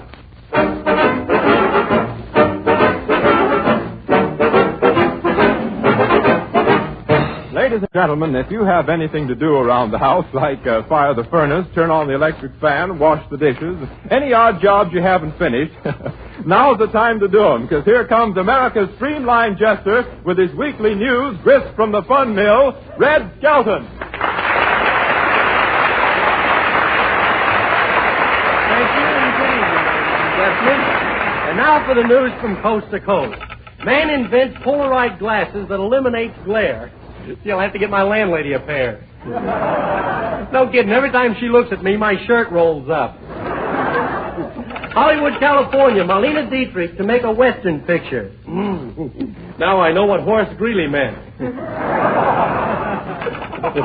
Bombay, India. Mahatma Gandhi writes the hit song of the week. It's entitled, I Poured My Faith into a Pen. Chicago, Illinois. Joe Louis was in town this week. Boy, there's a fighter. That's Joe Louis. I used to be a fighter. Did I ever tell you about my first fight? Or did I ever tell you about my last fight? Same fight.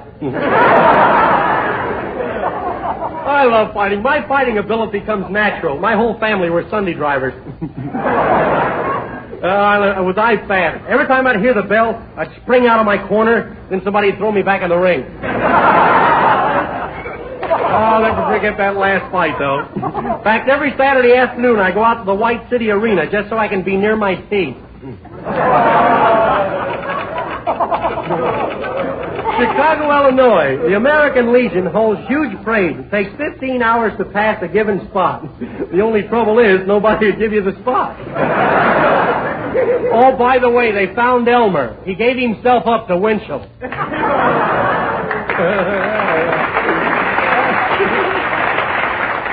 Oh, my uncle, he was up here. He surprised everybody, my Uncle Hody. You'd never know he was around unless you tripped over him. It was a little noisy here in Chicago the last few days. There was one Legionnaire who couldn't sleep, so he just started counting the people in his room, and he just dropped right off. Some of the boys were up from Vincent's, my hometown. I took them over to see the Lewis and Pastor fight. I didn't think we'd make it, though. We got there at the theater just as the 15-cent price was changing. One of the Legionnaires got into one of those Turkish baths on ladies' night. He was very polite, though. He explained that he thought it was the headquarters of the Emily Post.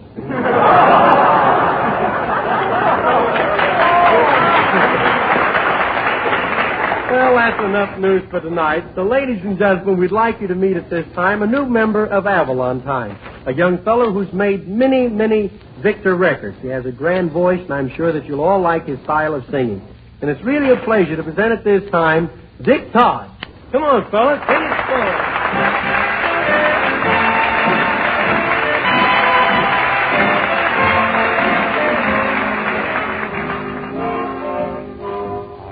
My two blue orchids, my beautiful blue orchids last night.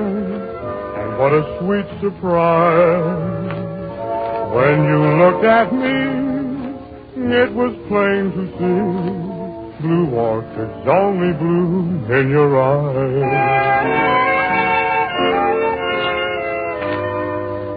It's been often said that rich he'll be who dreams of something blue. Richer I shall always be, for that's how I found you. I dreamed of two blue orchids, two beautiful blue orchids one night, while in my lonely room I dreamed of two blue orchids so full of love and light that I wanted to possess each tender bloom. Then my dream took wing, and through 1,000 springs, blue orchids seemed in a world apart. But when I met you, something pale and blue came stealing from the meadows of my heart. I saw my two blue orchids, my beautiful blue orchids last night. And what a sweet surprise. When you looked at me, It was plain to see blue orchids only bloom in your eyes. Blue orchids only bloom in your eyes.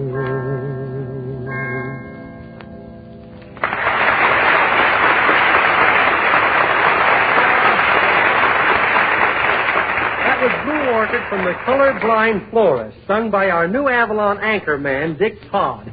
I might add that he's sort of a glamour boy, too. If he only had my ears, he could match Gable, for oomph. Of course, I don't do bad myself. At the Legion Parade yesterday, I had a girl on each arm. A girl on each arm, Red? Who does your tattooing? The guy wrote... that was some play, bud. Okay. 15 hours of solid marching. Guys, I thought I'd never see this side of Michigan Boulevard again. Say, you haven't met Dick, have you? No, I haven't. Dick Todd, this is Red Skelton. Hiya, Skelton. I didn't know you. Gee, last Saturday after your program, my sides ached. Oh, no kidding. A lot of laughs, huh? No, I tripped over the radio trying to turn it off. Another comedian on the program. If you mean me, where's the other one? Witty, too, ain't he? What this program needs, Skelton, is more singing. Don't you think so? Well, yes and no. What do you mean, yes and no? Yes, I don't think so. No, we don't need any more singing. And don't come on this program, fella. Trying to beat it. Easy, Red, easy. It was Mr. Avalon personally who wanted Dick Todd. Oh, so that's it. You got on this program with a pull. No, with a jerk. Yeah.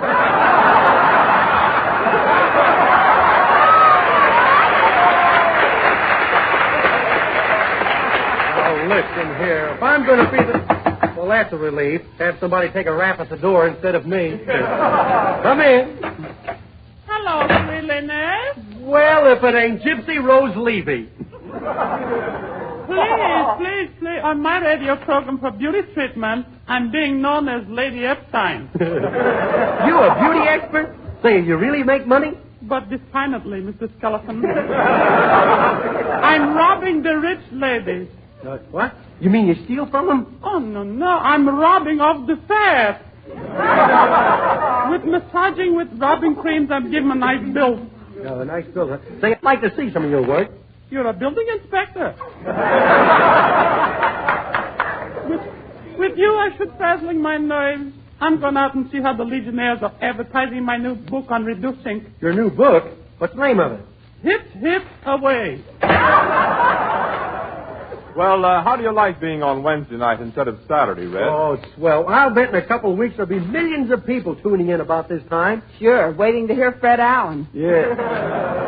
Now, listen, Edna. Oh, who's the handsome-looking fellow? Oh, him? Oh, that's Dick Todd. He's the new singer. Well, I wish he'd stop annoying me. Annoying you? He hasn't even looked at you. That's what's annoying me. Say, Skelton.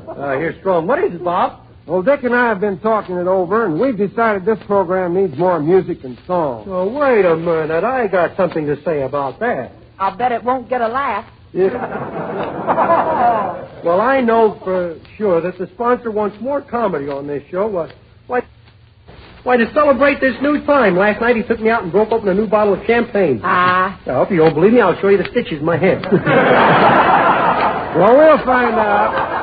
We'll find out. You know, I don't think the sponsor swallows that stuff about you being the baby of the comedians. Well, why not? It's true. Don't kid me. Those aren't teething rings under your eyes. Well, you just wait and see. I'm going to make this a real juvenile program. I'd even send for a child movie actor to come over here tonight. That's probably the child actor now. Come in, Sonny. Well, are you the child star? Well, I ain't Frankenstein's grandpa.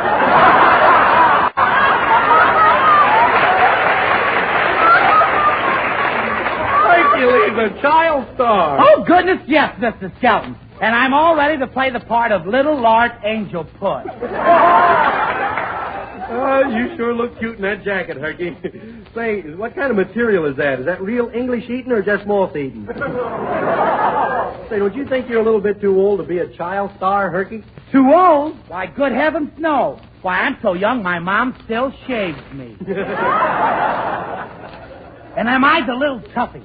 Oh, you should hear me recite poetry. Poetry? That don't sound very tough. Oh, you should hear the poetry.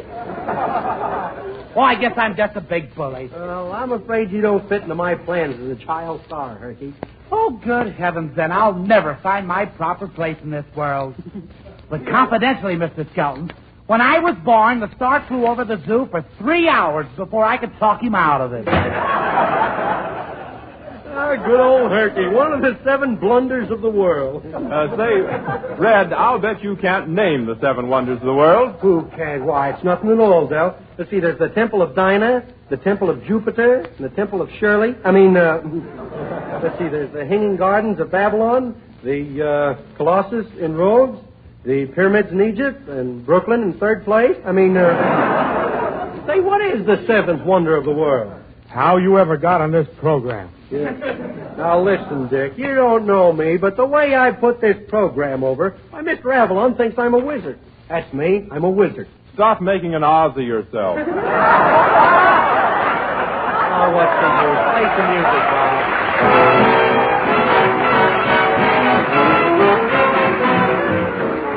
Well, what do you know about this? Avalon Time is full of surprises tonight. Here's something we know you've never heard before. Bob Strong and the boys playing Goody Goodbye, featuring our new singing group, the 4 Pups.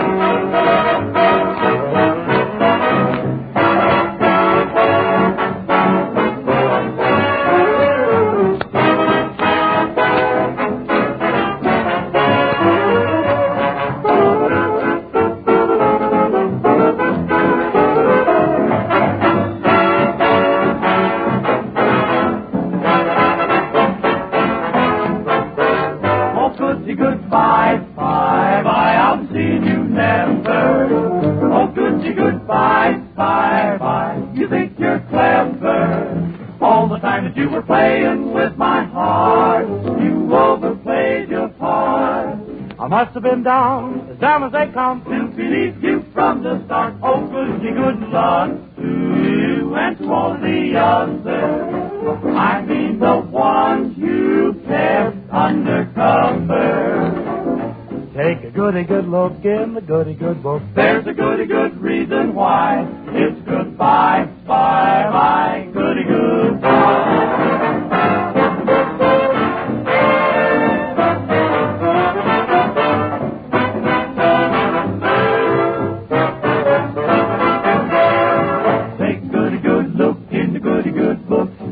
The reason why it's goodbye, bye, baby, goodbye to you. Bye, bye, baby, goodbye. Ladies and gentlemen, did you hear how Grizzly the Grunt, the famous wrestler, described his last big match? Well, Grizzly was after the match, and here's what he said to me. He came up and he said, "The high cost of cigarettes has a stranglehold on me, see? So I gives them the scissors. Nothing happens. I switched to a toe hold. Nothing happens. I switched to a half Nelson. Nothing happens. I switched to Avalon's. I'm the winner." Yes, friends, and you'll win all the way around when you switch to Avalon, because you get cigarettes that are positively unsurpassed in quality, but cost 3 to 5 cents less per pack than other popular price brands. Give Avalon's a trial tonight.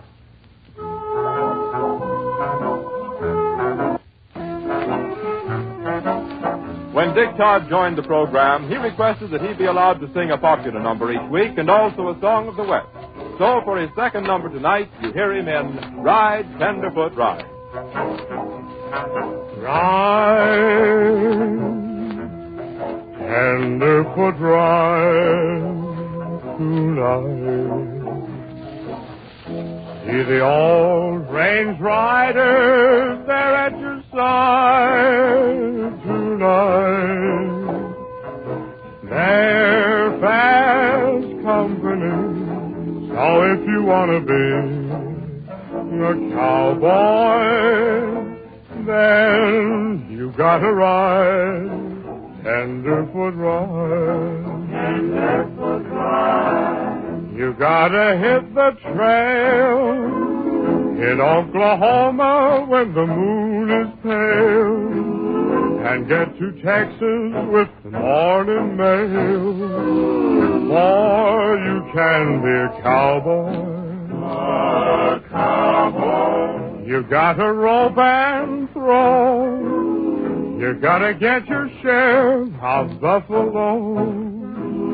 And win the money at the rodeo.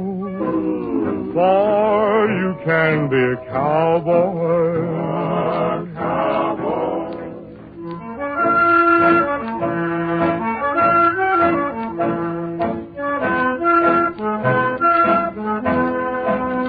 You gotta tend your cattle the best you can.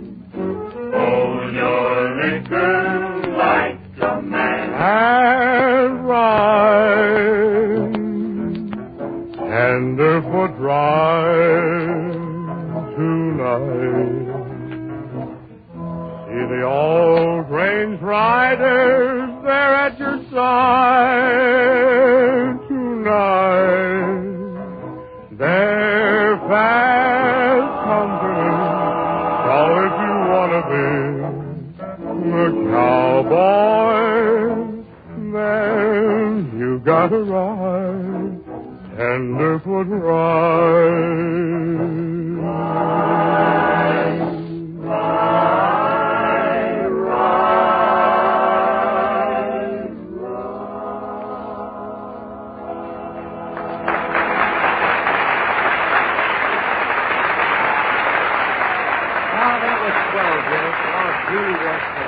And now we come to our slice of life, a short playlet about things that happen in everyday life, things that you do, that I do, in fact, everybody does.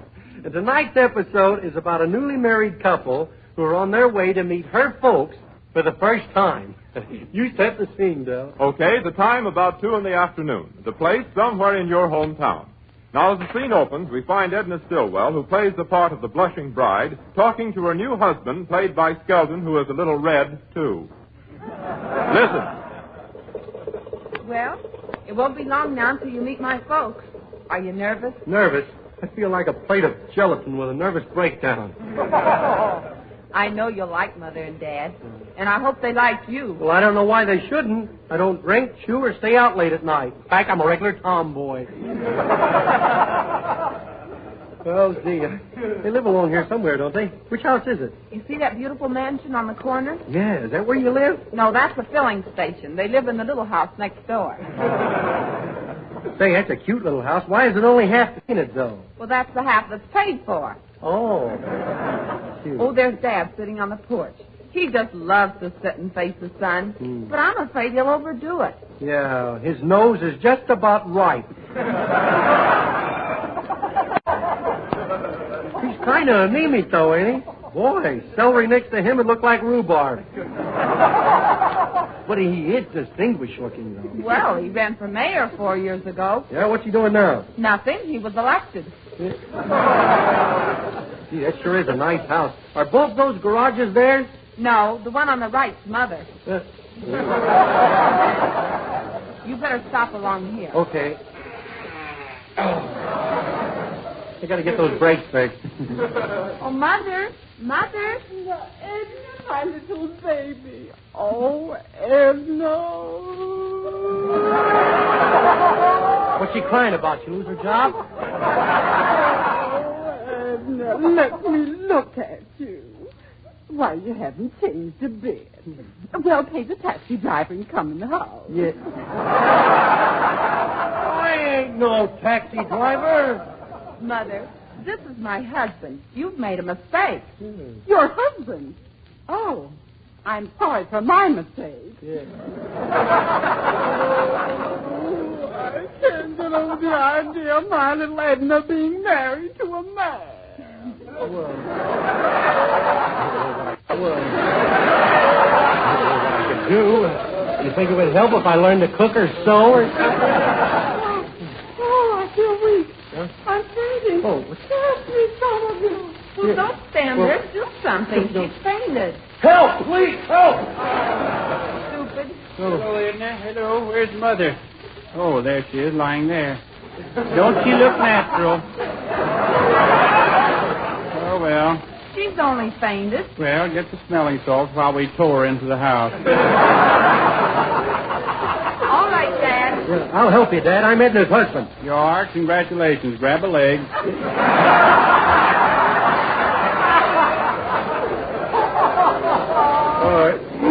Boy, she sure is hard to handle. How would you know? Here's the smelling salt. Here, Mother. Take a deep breath. I'm all right now. But why didn't you tell Mother you were going to elope so suddenly? And besides, how will you feel when you face your friends? Oh, don't worry about that. I gave them all their rings back. Yeah. Hey, what am I, a lucky number in a raffle? Well, I hope it works out for you. Mr. What was your name? Skelton.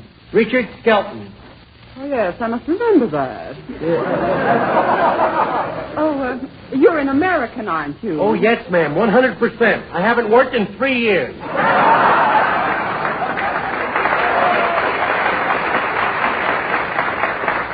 Well, what have you done to distinguish yourself lately? Are you outstanding in any line? Yeah, I'm the only Republican that ain't running for president. Oh, well, let's go inside. Yes, that's a good idea. I'll open the window so the neighbors won't miss anything. Well, we can't stay very long. Oh. You see, we have to check in at the hotel. You'll do no such thing. You can sleep with me, and he can sleep in the Murphy bed with Father, as long as he doesn't kick. Well, I won't kick if Murphy don't. Well, that's very nice, Mother, but you see what... Look, you see, this is sort of a honeymoon, you see. You do see, don't you? No, I don't. And if it is your honeymoon, why didn't you go to Niagara Falls? Well, you see, when we got married, it was raining, and Richard said Niagara Falls was made out of the same stuff. Okay, we'll stay. Thank you very much. Well, that's better. Come, Edna. Don't you want to freshen up? Yes, I'll be right with you, just as soon as I kiss my Snooky Wookie goodbye. Oh, nutsy whatsy. Goodbye. Goodbye. Gee, I hope she don't forget me while she's gone. Son, I don't want to be a butt empty, but you're getting off on the wrong foot. I am? I know. I've been married 3 times. You have? Gee, sort of an old-established firm, eh, Pop? Well, now come in here. I want to show you something. Yeah, okay. Hey, this house is bigger on the inside than it looks, ain't it? Yeah, well, what I wanted to tell you was this. What? Now, you just got married. Yeah. So right away, you've got to start handling your wife with an iron hand. Yeah? Oh, you've got to be the boss in your family, just like I'm the boss in mine. Yeah? Why, do you know any time I want to, I can make my wife jump? What do? Give her a hot foot? No, I just trained her that way. Well, that's what I'm going to do. From now on, I'm going to be the boy. That's the spirit. You do like I do. Wear the pants. Yeah, my wife ain't going to tell me what to do. No. Now you've got the idea. Wrap them around your little face. That's the idea. I'll call my wife down and give you a few points. Okay. Hey, Marthy, come here immediately. Hey, I'll call Edna down here, too. Hey, Edna, come down here, will you? You'd tell him a thing or three. Well, what do you want? Yeah, what do you want? Maybe you better tell him, son. Huh? Well, we were just sort of wondering what time dinner would be ready.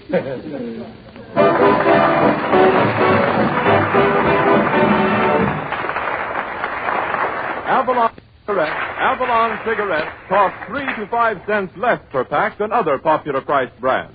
But you positively could not get finer quality tobaccos in any other cigarette, regardless of price, regardless of brand. Try a pack and save the difference.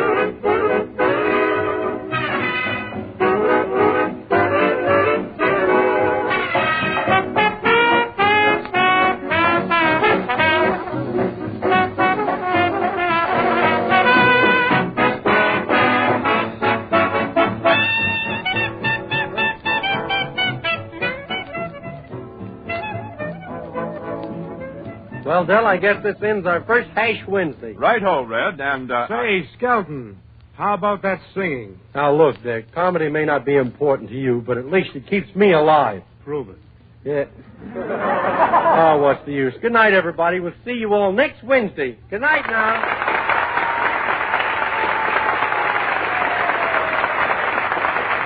Remember, friends, during the week when you ask for Avalon cigarettes, don't forget your change.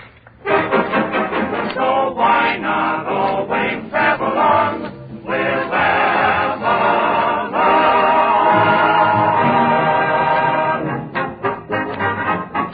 Yes, you'd never guess, but Avalon's cost only 10 cents plus city or state tax. well, we hope that we've made a lot of new friends with our first program on Wednesday night. Our sponsor, the Brown & Williamson Tobacco Corporation, invites you to be with us next Wednesday night at the same time for Avalon Time. This is Del King saying good night.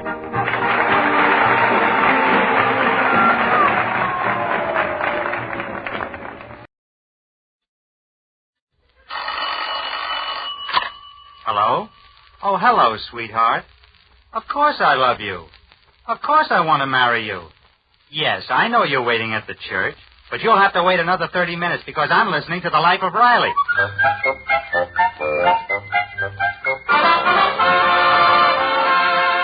The Life of Riley with William Bendix as Riley.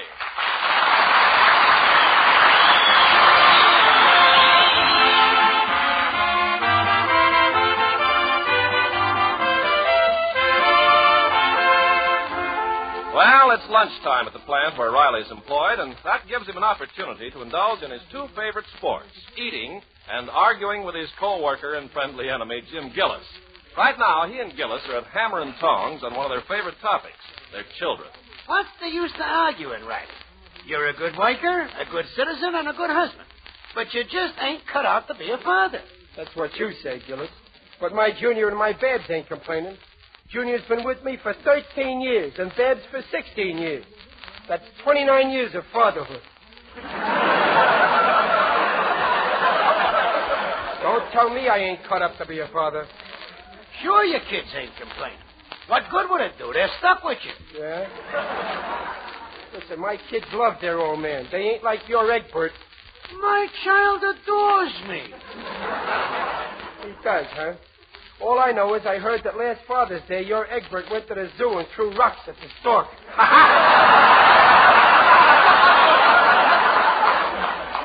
Very humoresque. But you don't have to get insulting, Riley. After all, what did I say? I just said you're a big dumb cluck who don't realize your responsibility. That's where you're wrong. I'm one dumb cluck who does. Yeah, well, take your Junior. Outside of what the law says you gotta do for him, what did you ever do? I'm always doing things for him, trying to make his life a little easier. Didn't I just buy him a new lawnmower? I'm talking about his future. Now take my boy. I want him to be a doctor. So what do? I get friendly with Dr. Calico. And the doc influences Egbert. You see? Now, did you ever go out of your way to meet anybody that would influence your son's future? You bet I did. Oh, his mother. His mother. She's a nice woman, but she ain't... Go easy, Gillis, go easy. Just remember that my son's mother happens to be my wife. Yes, sir, Riley. I'm a real father. I'm sending Egbert to college. To Harvard. Harvard? Never heard of it. I'm sending my Junior to a real college. Where are you going to get the dough? I'm laying aside plenty for my boy's education. Well, I'm going to save up. Don't bother, Riley. Don't bother. By the time your Junior gets out of high school, he can live on his Social Security. Oh, yeah. I'll pay for his education. And I won't send him to no college what nobody never heard of, neither. I'm going to send him to a swell college like Vassar. And I bet you he'll be the smartest boy there.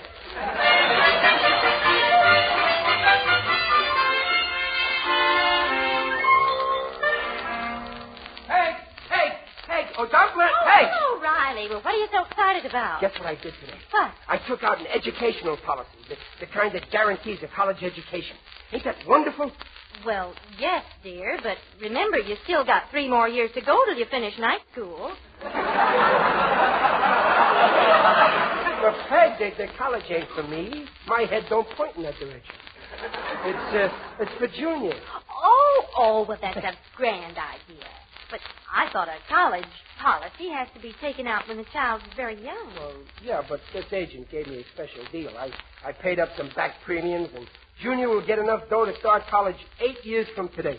But, dear, Junior will be ready to go to college in 5 years. Well, yeah, I know, but maybe with Junior it's better to give him a little leeway. Now, there's only one thing, dear. How do you know Junior will want to go to college? What are you talking about, Peg? You'll be dying to go. Hey, Junior! What is it, Pop? Come on in here, son. Gee, Peg, this makes me feel good. Can you imagine how proud we'll be when our boy comes home from college and on his head he's wearing his Phi Beta cap? Did you want me, Pop? Oh, yeah. Sit down, son. I want to have a little talk with you about school. I got plans for you. That's funny. I wanted to talk to you about the same thing, Pop. I got plans, too. You see, Peg? What'd I tell you? Go on, son. You tell me your plans first.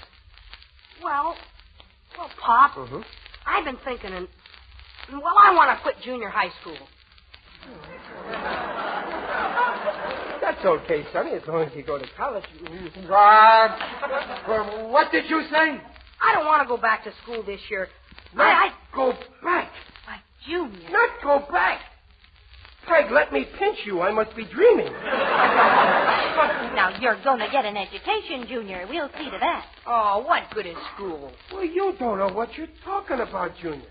How do you ever expect to get anywhere if you quit school? Well, Lincoln... Why, look at Abraham Lincoln. Well, Lincoln quit school. He did?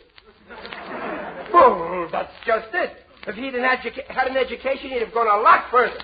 But, Junior, why on earth do you want to quit school? I'm sick of it. A lot of fellas I know quit and went to work. I want to go to work, too. You will not.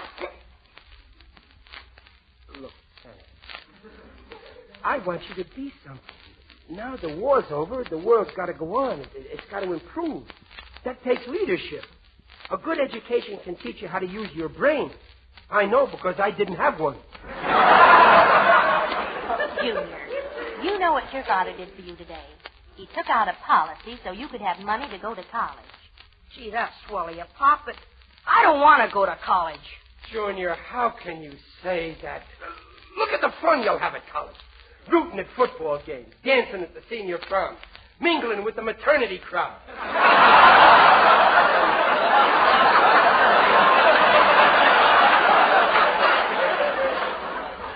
Fraternity, Pop. Yeah, them too.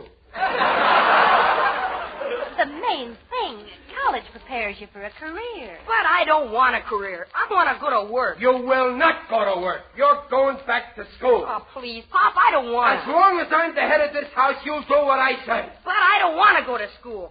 I don't want to. Why don't you let me alone? Can't understand that kid.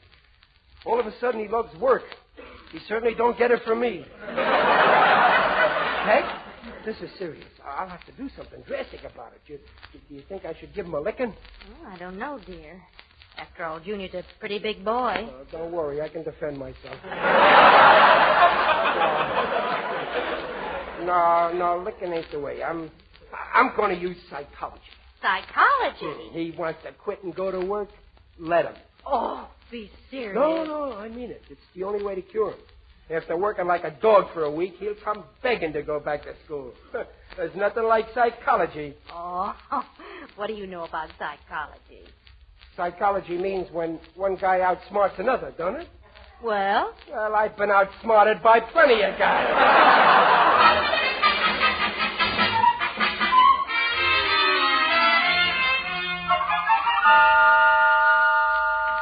Hiya, Dumpling. Oh, hello, Bed. Hello, Daddy. Well, you're home early. Yeah, I knocked off early on purpose. Don't you know what day this is? Today, Junior's bringing home his first pay envelope. I want to be here when he comes in. Oh, Daddy, do you think your experiment's really going to work with Junior? Of course it'll work. Tomorrow when school opens, Junior will be there. You'll see. Oh, Riley, I think you're heading for trouble. Now listen to me, both of you. I'm not a child, am I? I'm not a moron. I got brains, haven't I? All right, I'll put it another way. I know boys. Believe me, after working in that warehouse for that slave driver, Mr. Brecker, Junior will be cured. He'll love school. Oh, hope you're right. Yeah, you'll see the way he looks when he comes in. Why, he'll hardly have the strength to climb into bed. Hiya, Mom. Hiya, Pop. Hiya, Bab. Supper ready? Boy, I'm so hungry I could eat a horse. Putting on an act. Well, Junior, how do you feel after a hard day's work? Oh, great, Pop. Great. 100%. You don't fool me for a minute. You know, I think I'll go back to the warehouse after supper and put in some overtime. The poor kid's hysterical. Now, you listen to me, Junior. Oh, see who's at the door, will you, Babs? You know, Pop, I got a confession to make. When we had that argument last week, I was kind of feeling you out. If you hadn't told me I could quit, I'd still be in school. See, Riley? You and your psychology. There's nothing wrong with my psychology. Is it my fault that he don't understand it? Oh, Mother, it's a parcel for you. The boy's waiting for the $5. Oh, all right. Riley, give the boy $5. $5? What for? I got a new hat. Another one? Well, you just bought a new hat a year ago. Please, come on, dear. The boy's waiting. Give me the money. Money. What do you think I am, made of money? Send the hat back, Dumplin'. You look much nicer with a nude head. Well, all right. I really don't like the hat too much anyway. Babs, dear, tell the boy that Just a minute, Babs. Here's $5 for the hat. Why, Junior. And here's an extra quarter. Tip the boy. Wait, Junior, but I won't let you. Forget it, Mom. From now on, any time you need money, just let me know. Now, just a minute. Oh, that's okay, Pop. I can afford it. Now, see, here, Junior. Your father will look after the money matters around here. He's still the head of the house. Oh, well, I didn't mean... You heard what your mother said. I'm the head of this house. And in this house, whatever your mother says goes. Gee, Pop. And as long as I'm the head, I will pay the bills. Well, I wish you'd paid the phone bill, Daddy. We got a final notice a week ago. Don't worry, I'll pay it.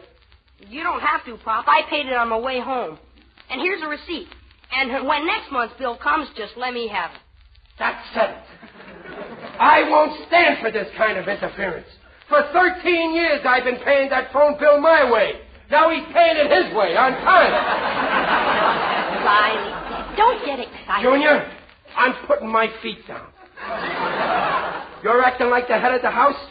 Okay. From now on, you are the head of the house. Oh, come on. No, I mean it. You carved the roast. You exterminate the ants. You stole the landlord. You're the boss. So put that in your pipe and smoke it. And don't let me catch you smoking.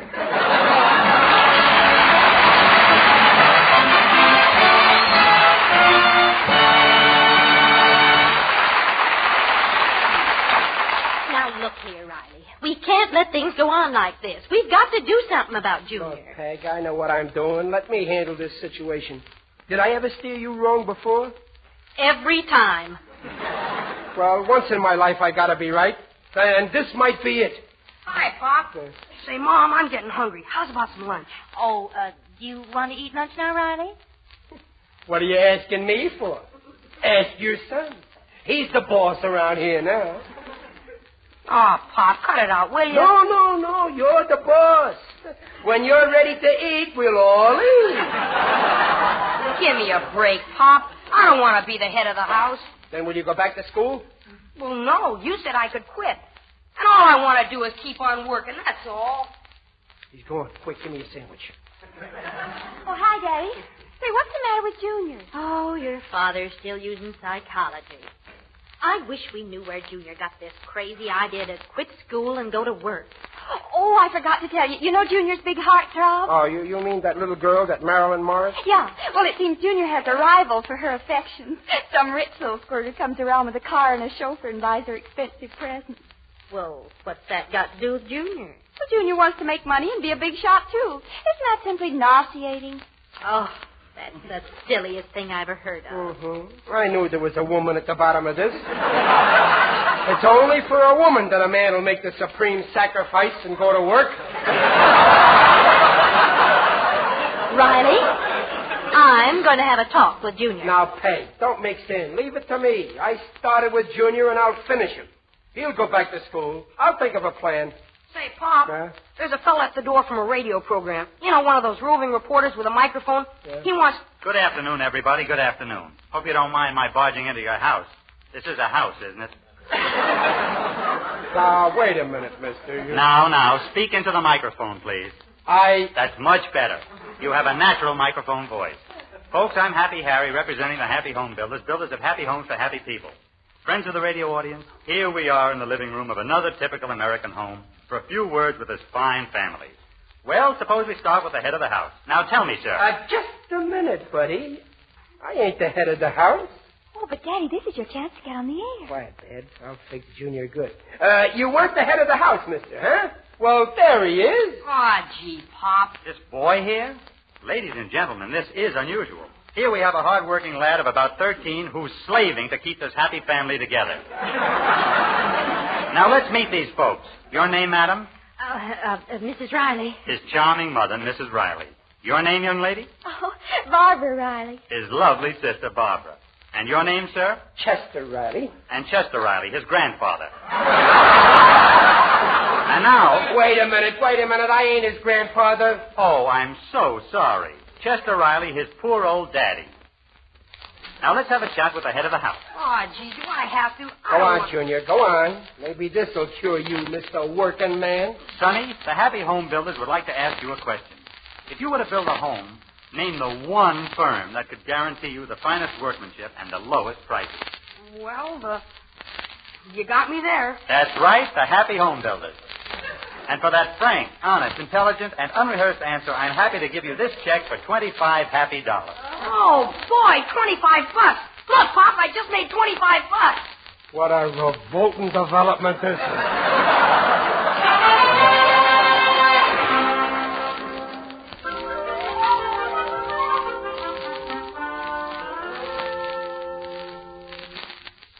Oh, Daddy, where are you? In here, Dad, in the living room. Well, why are you lying down? Don't you feel well? I feel terrible. That Junior. You know that $25 check he got? Yeah. Well, he rented a car for a date with Marilyn tonight, and he's even hired a chauffeur for $5. Don't you know I can drive? I mean, that's the trouble with the modern generation. Fancy notions. I hear footsteps. Who's that coming up the front walk? Where? There. Oh, that's your friend, Mr. Odell, the undertaker. Just in the mood for an undertaker. Don't let him in. Oh, okay, Daddy. Well, I better get up. The way I look now, I don't want him to catch me laying down.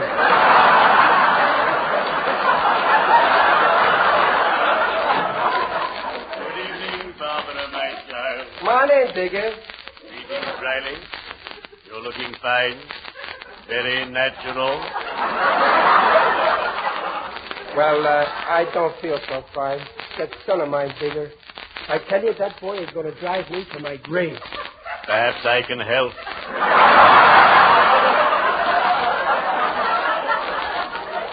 Tell me, what has the little cherub done? Quit school, and I can't make him go back. Ah, the same old story.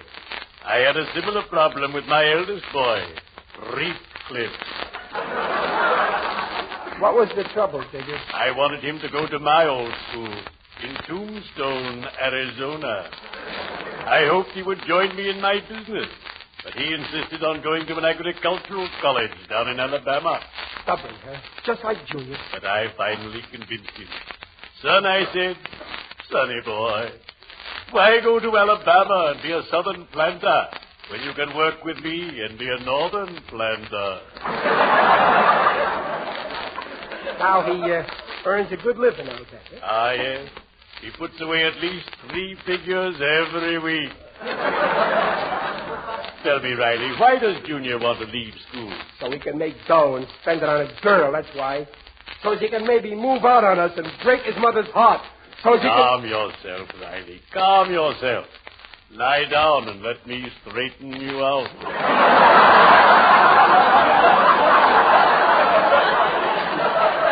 I'd rather stand up. You want Junior to go back to school? Very well. Forbid him to see this girl until he does go back. Oh, say, why didn't I think of that? Well, gee, Digger, thanks. You pulled me out of a hole. It's a little out of my line. But glad to be of service. Thanks again, Digger. Not at all. I enjoy helping people. Ah, people. Groping their way through the mystery of life. I adore people. They're so gay. Well, cheerio, Riley, you big stiff.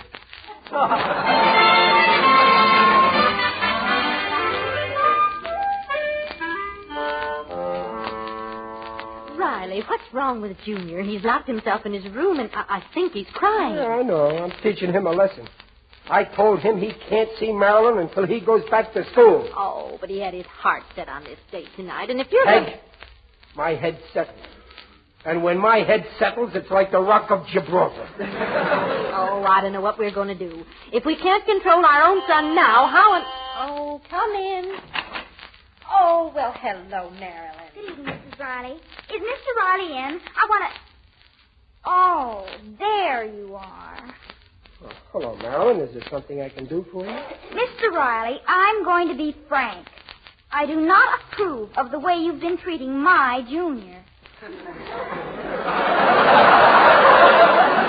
Your Junior? Listen, Marilyn, let's get one thing straight. I happen to be Junior's father. You're only his girlfriend. His fiancée. Peg, did you hear that? Fiancée. She's only 12 years old. 12 and a half. Oh, pardon me, madam. Now, listen, Marilyn. Junior ain't getting married yet. He can't support you. He's busy supporting us. Mr. Riley, I think you have behaved shamefully. Now, just a minute. You listen to me. After all, I'm your future daughter-in-law. You sound more like a mother-in-law.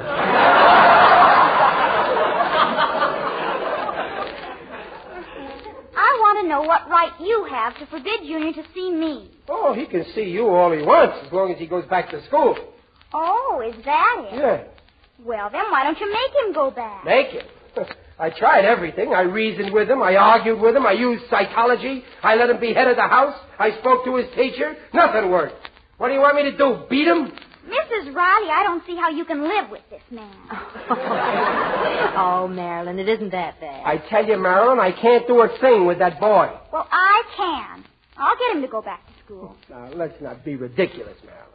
What can a juvenile child like you do that a juvenile adult like me can't? I'd like to speak to Junior. I think I know one way to get him to go back. Marilyn, there's no way. It's hopeless. Please. Oh, okay, but I tell you, it's no use. Junior! Yes? Come on in here. You'll soon find out, Marilyn. I know my son. What is it, Pop? Marilyn. Marilyn's got something to say to you, Junior. Junior? Yes, Marilyn? You are to go back to school tomorrow. Yes, Marilyn. Holy smokes! He said yes. Did you hear that? He said yes. Oh, Riley, do you look foolish? How can you say that? I told you I'd get him to go back to school. You got him to go back. Well, in a roundabout way. You see, I used psychology. I gave him enough rope until he almost hung me.